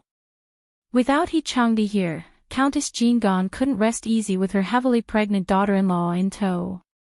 Furthermore, everyone held such great expectations for Chu Lian's unborn child. They had to take as many precautions as they could. Chu Lian shook her head and consoled her mother-in-law, "Mother, there's no need for that. We've already picked out our guards early on and we even have 2 of our family soldiers following. It's only hubby who isn't around, but we have so many people guarding us, it won't be that easy for something bad to happen. Furthermore, we really can't wait any longer. Look at the size of my belly. If we go back now, who knows when we'll be able to go out again." Countess Jingan was swayed by Chu Lian after all. The party continued on their way to Dawn Temple as per their original plans. After an hour, they finally arrived at the foot of Mount Lanxiang. It wasn't supposed to take that long, but since Chu Lian was pregnant, they had kept the carriages to a safe and slow speed. Thus, they had taken 2 times the normal duration to reach the temple. There was a special road for the nobility at the foot of Mount Lanxiang, and He Changdi had already arranged for his subordinates to guide them from there. Wenqing and Muxiang alighted from the carriage behind and went up to Chu Lian and Countess Jingan's carriage. Once the curtains were lifted, Countess Jingan stepped off the carriage first. Following that, Muxiang managed to beat Wenqing to the punch and helped Chu Lian off the carriage. Wenqing could only stand at the side and watch. Liyue led 2 guards over. "Madam, third young madam, the palanquins are ready." While Mount Lanxiang wasn't a very tall mountain, it still wasn't as easy to walk on as the highway. Even on the special path for the nobles, it wasn't as flat as a normal road. It wasn't possible to travel up the mountain on a horse or a carriage. They could only depend on manpower to climb the mountain. Thus, there were plenty of porters and palanquins for hire at the foot of the mountain. Chu Lian wouldn't be able to climb with her huge belly, so Wenqing and Muxiang helped her over to a palanquin. The palanquin was woven from rattan and made for 2 porters to carry at both ends. A rattan chair was set in the middle with a nice roof to keep the sun off the rider's head. Although it was rather crude, it was very light. Since it was lighter than most sedan chairs, it was perfect for climbing mountains. Once Chu Lian and Countess Jingan were each seated in a palanquin, Liyue called for the party to start the climb. Muxiang followed alongside Chu Lian's palanquin. She turned to Wenqing and said, "Wenqing, you should go and take care of madam. I can take care of third young madam alone." The handmaid Countess Jingan had sprained her ankle while getting off the carriage, so she had stayed at the foot of the mountain with the carriage. Right now, there was only an elderly senior servant taking care of Countess Jingan. Wenqing hesitated for a moment before nodding. She quickened her stride to catch up to Countess Jingan's palanquin. It was hot out. After the party had been climbing for 15 minutes, everyone was covered in sweat. Since they were in a mountain forest, there were trees all around, blocking the breeze from reaching them. However, the trees on either side of the road had been cleared away, so there was no shelter from the relentless sunlight beating down. Chu Lian waved the fan in her hands and wiped at the sweat on her forehead with a handkerchief. She pulled out a white porcelain bottle from her waist pouch and poured out a single brown pill and swallowed it. Muxiang had been observing her this whole time. When she noticed that Chu Lian had eaten a pill, her brows furrowed and she pretended to be concerned. "Third young madam, great Dr. Miao said that pregnant women can't take medicine carelessly." Chu Lian turned to look at Muxiang, and suddenly let out a cunning smile. Under the sunlight, her smile was eye-piercingly bright to Muxiang's eyes. "Muxiang, thank you for your concern. This pill was made for me by Uncle Meow. Muxiang's expression froze up a little. She suppressed the rage brewing within and managed to squeeze out a smile. Since it was personally made by great Dr. Meow, this servant doesn't have to worry. After that little incident, Chu Lian simply sat peacefully on the palanquin without speaking to Muxiang.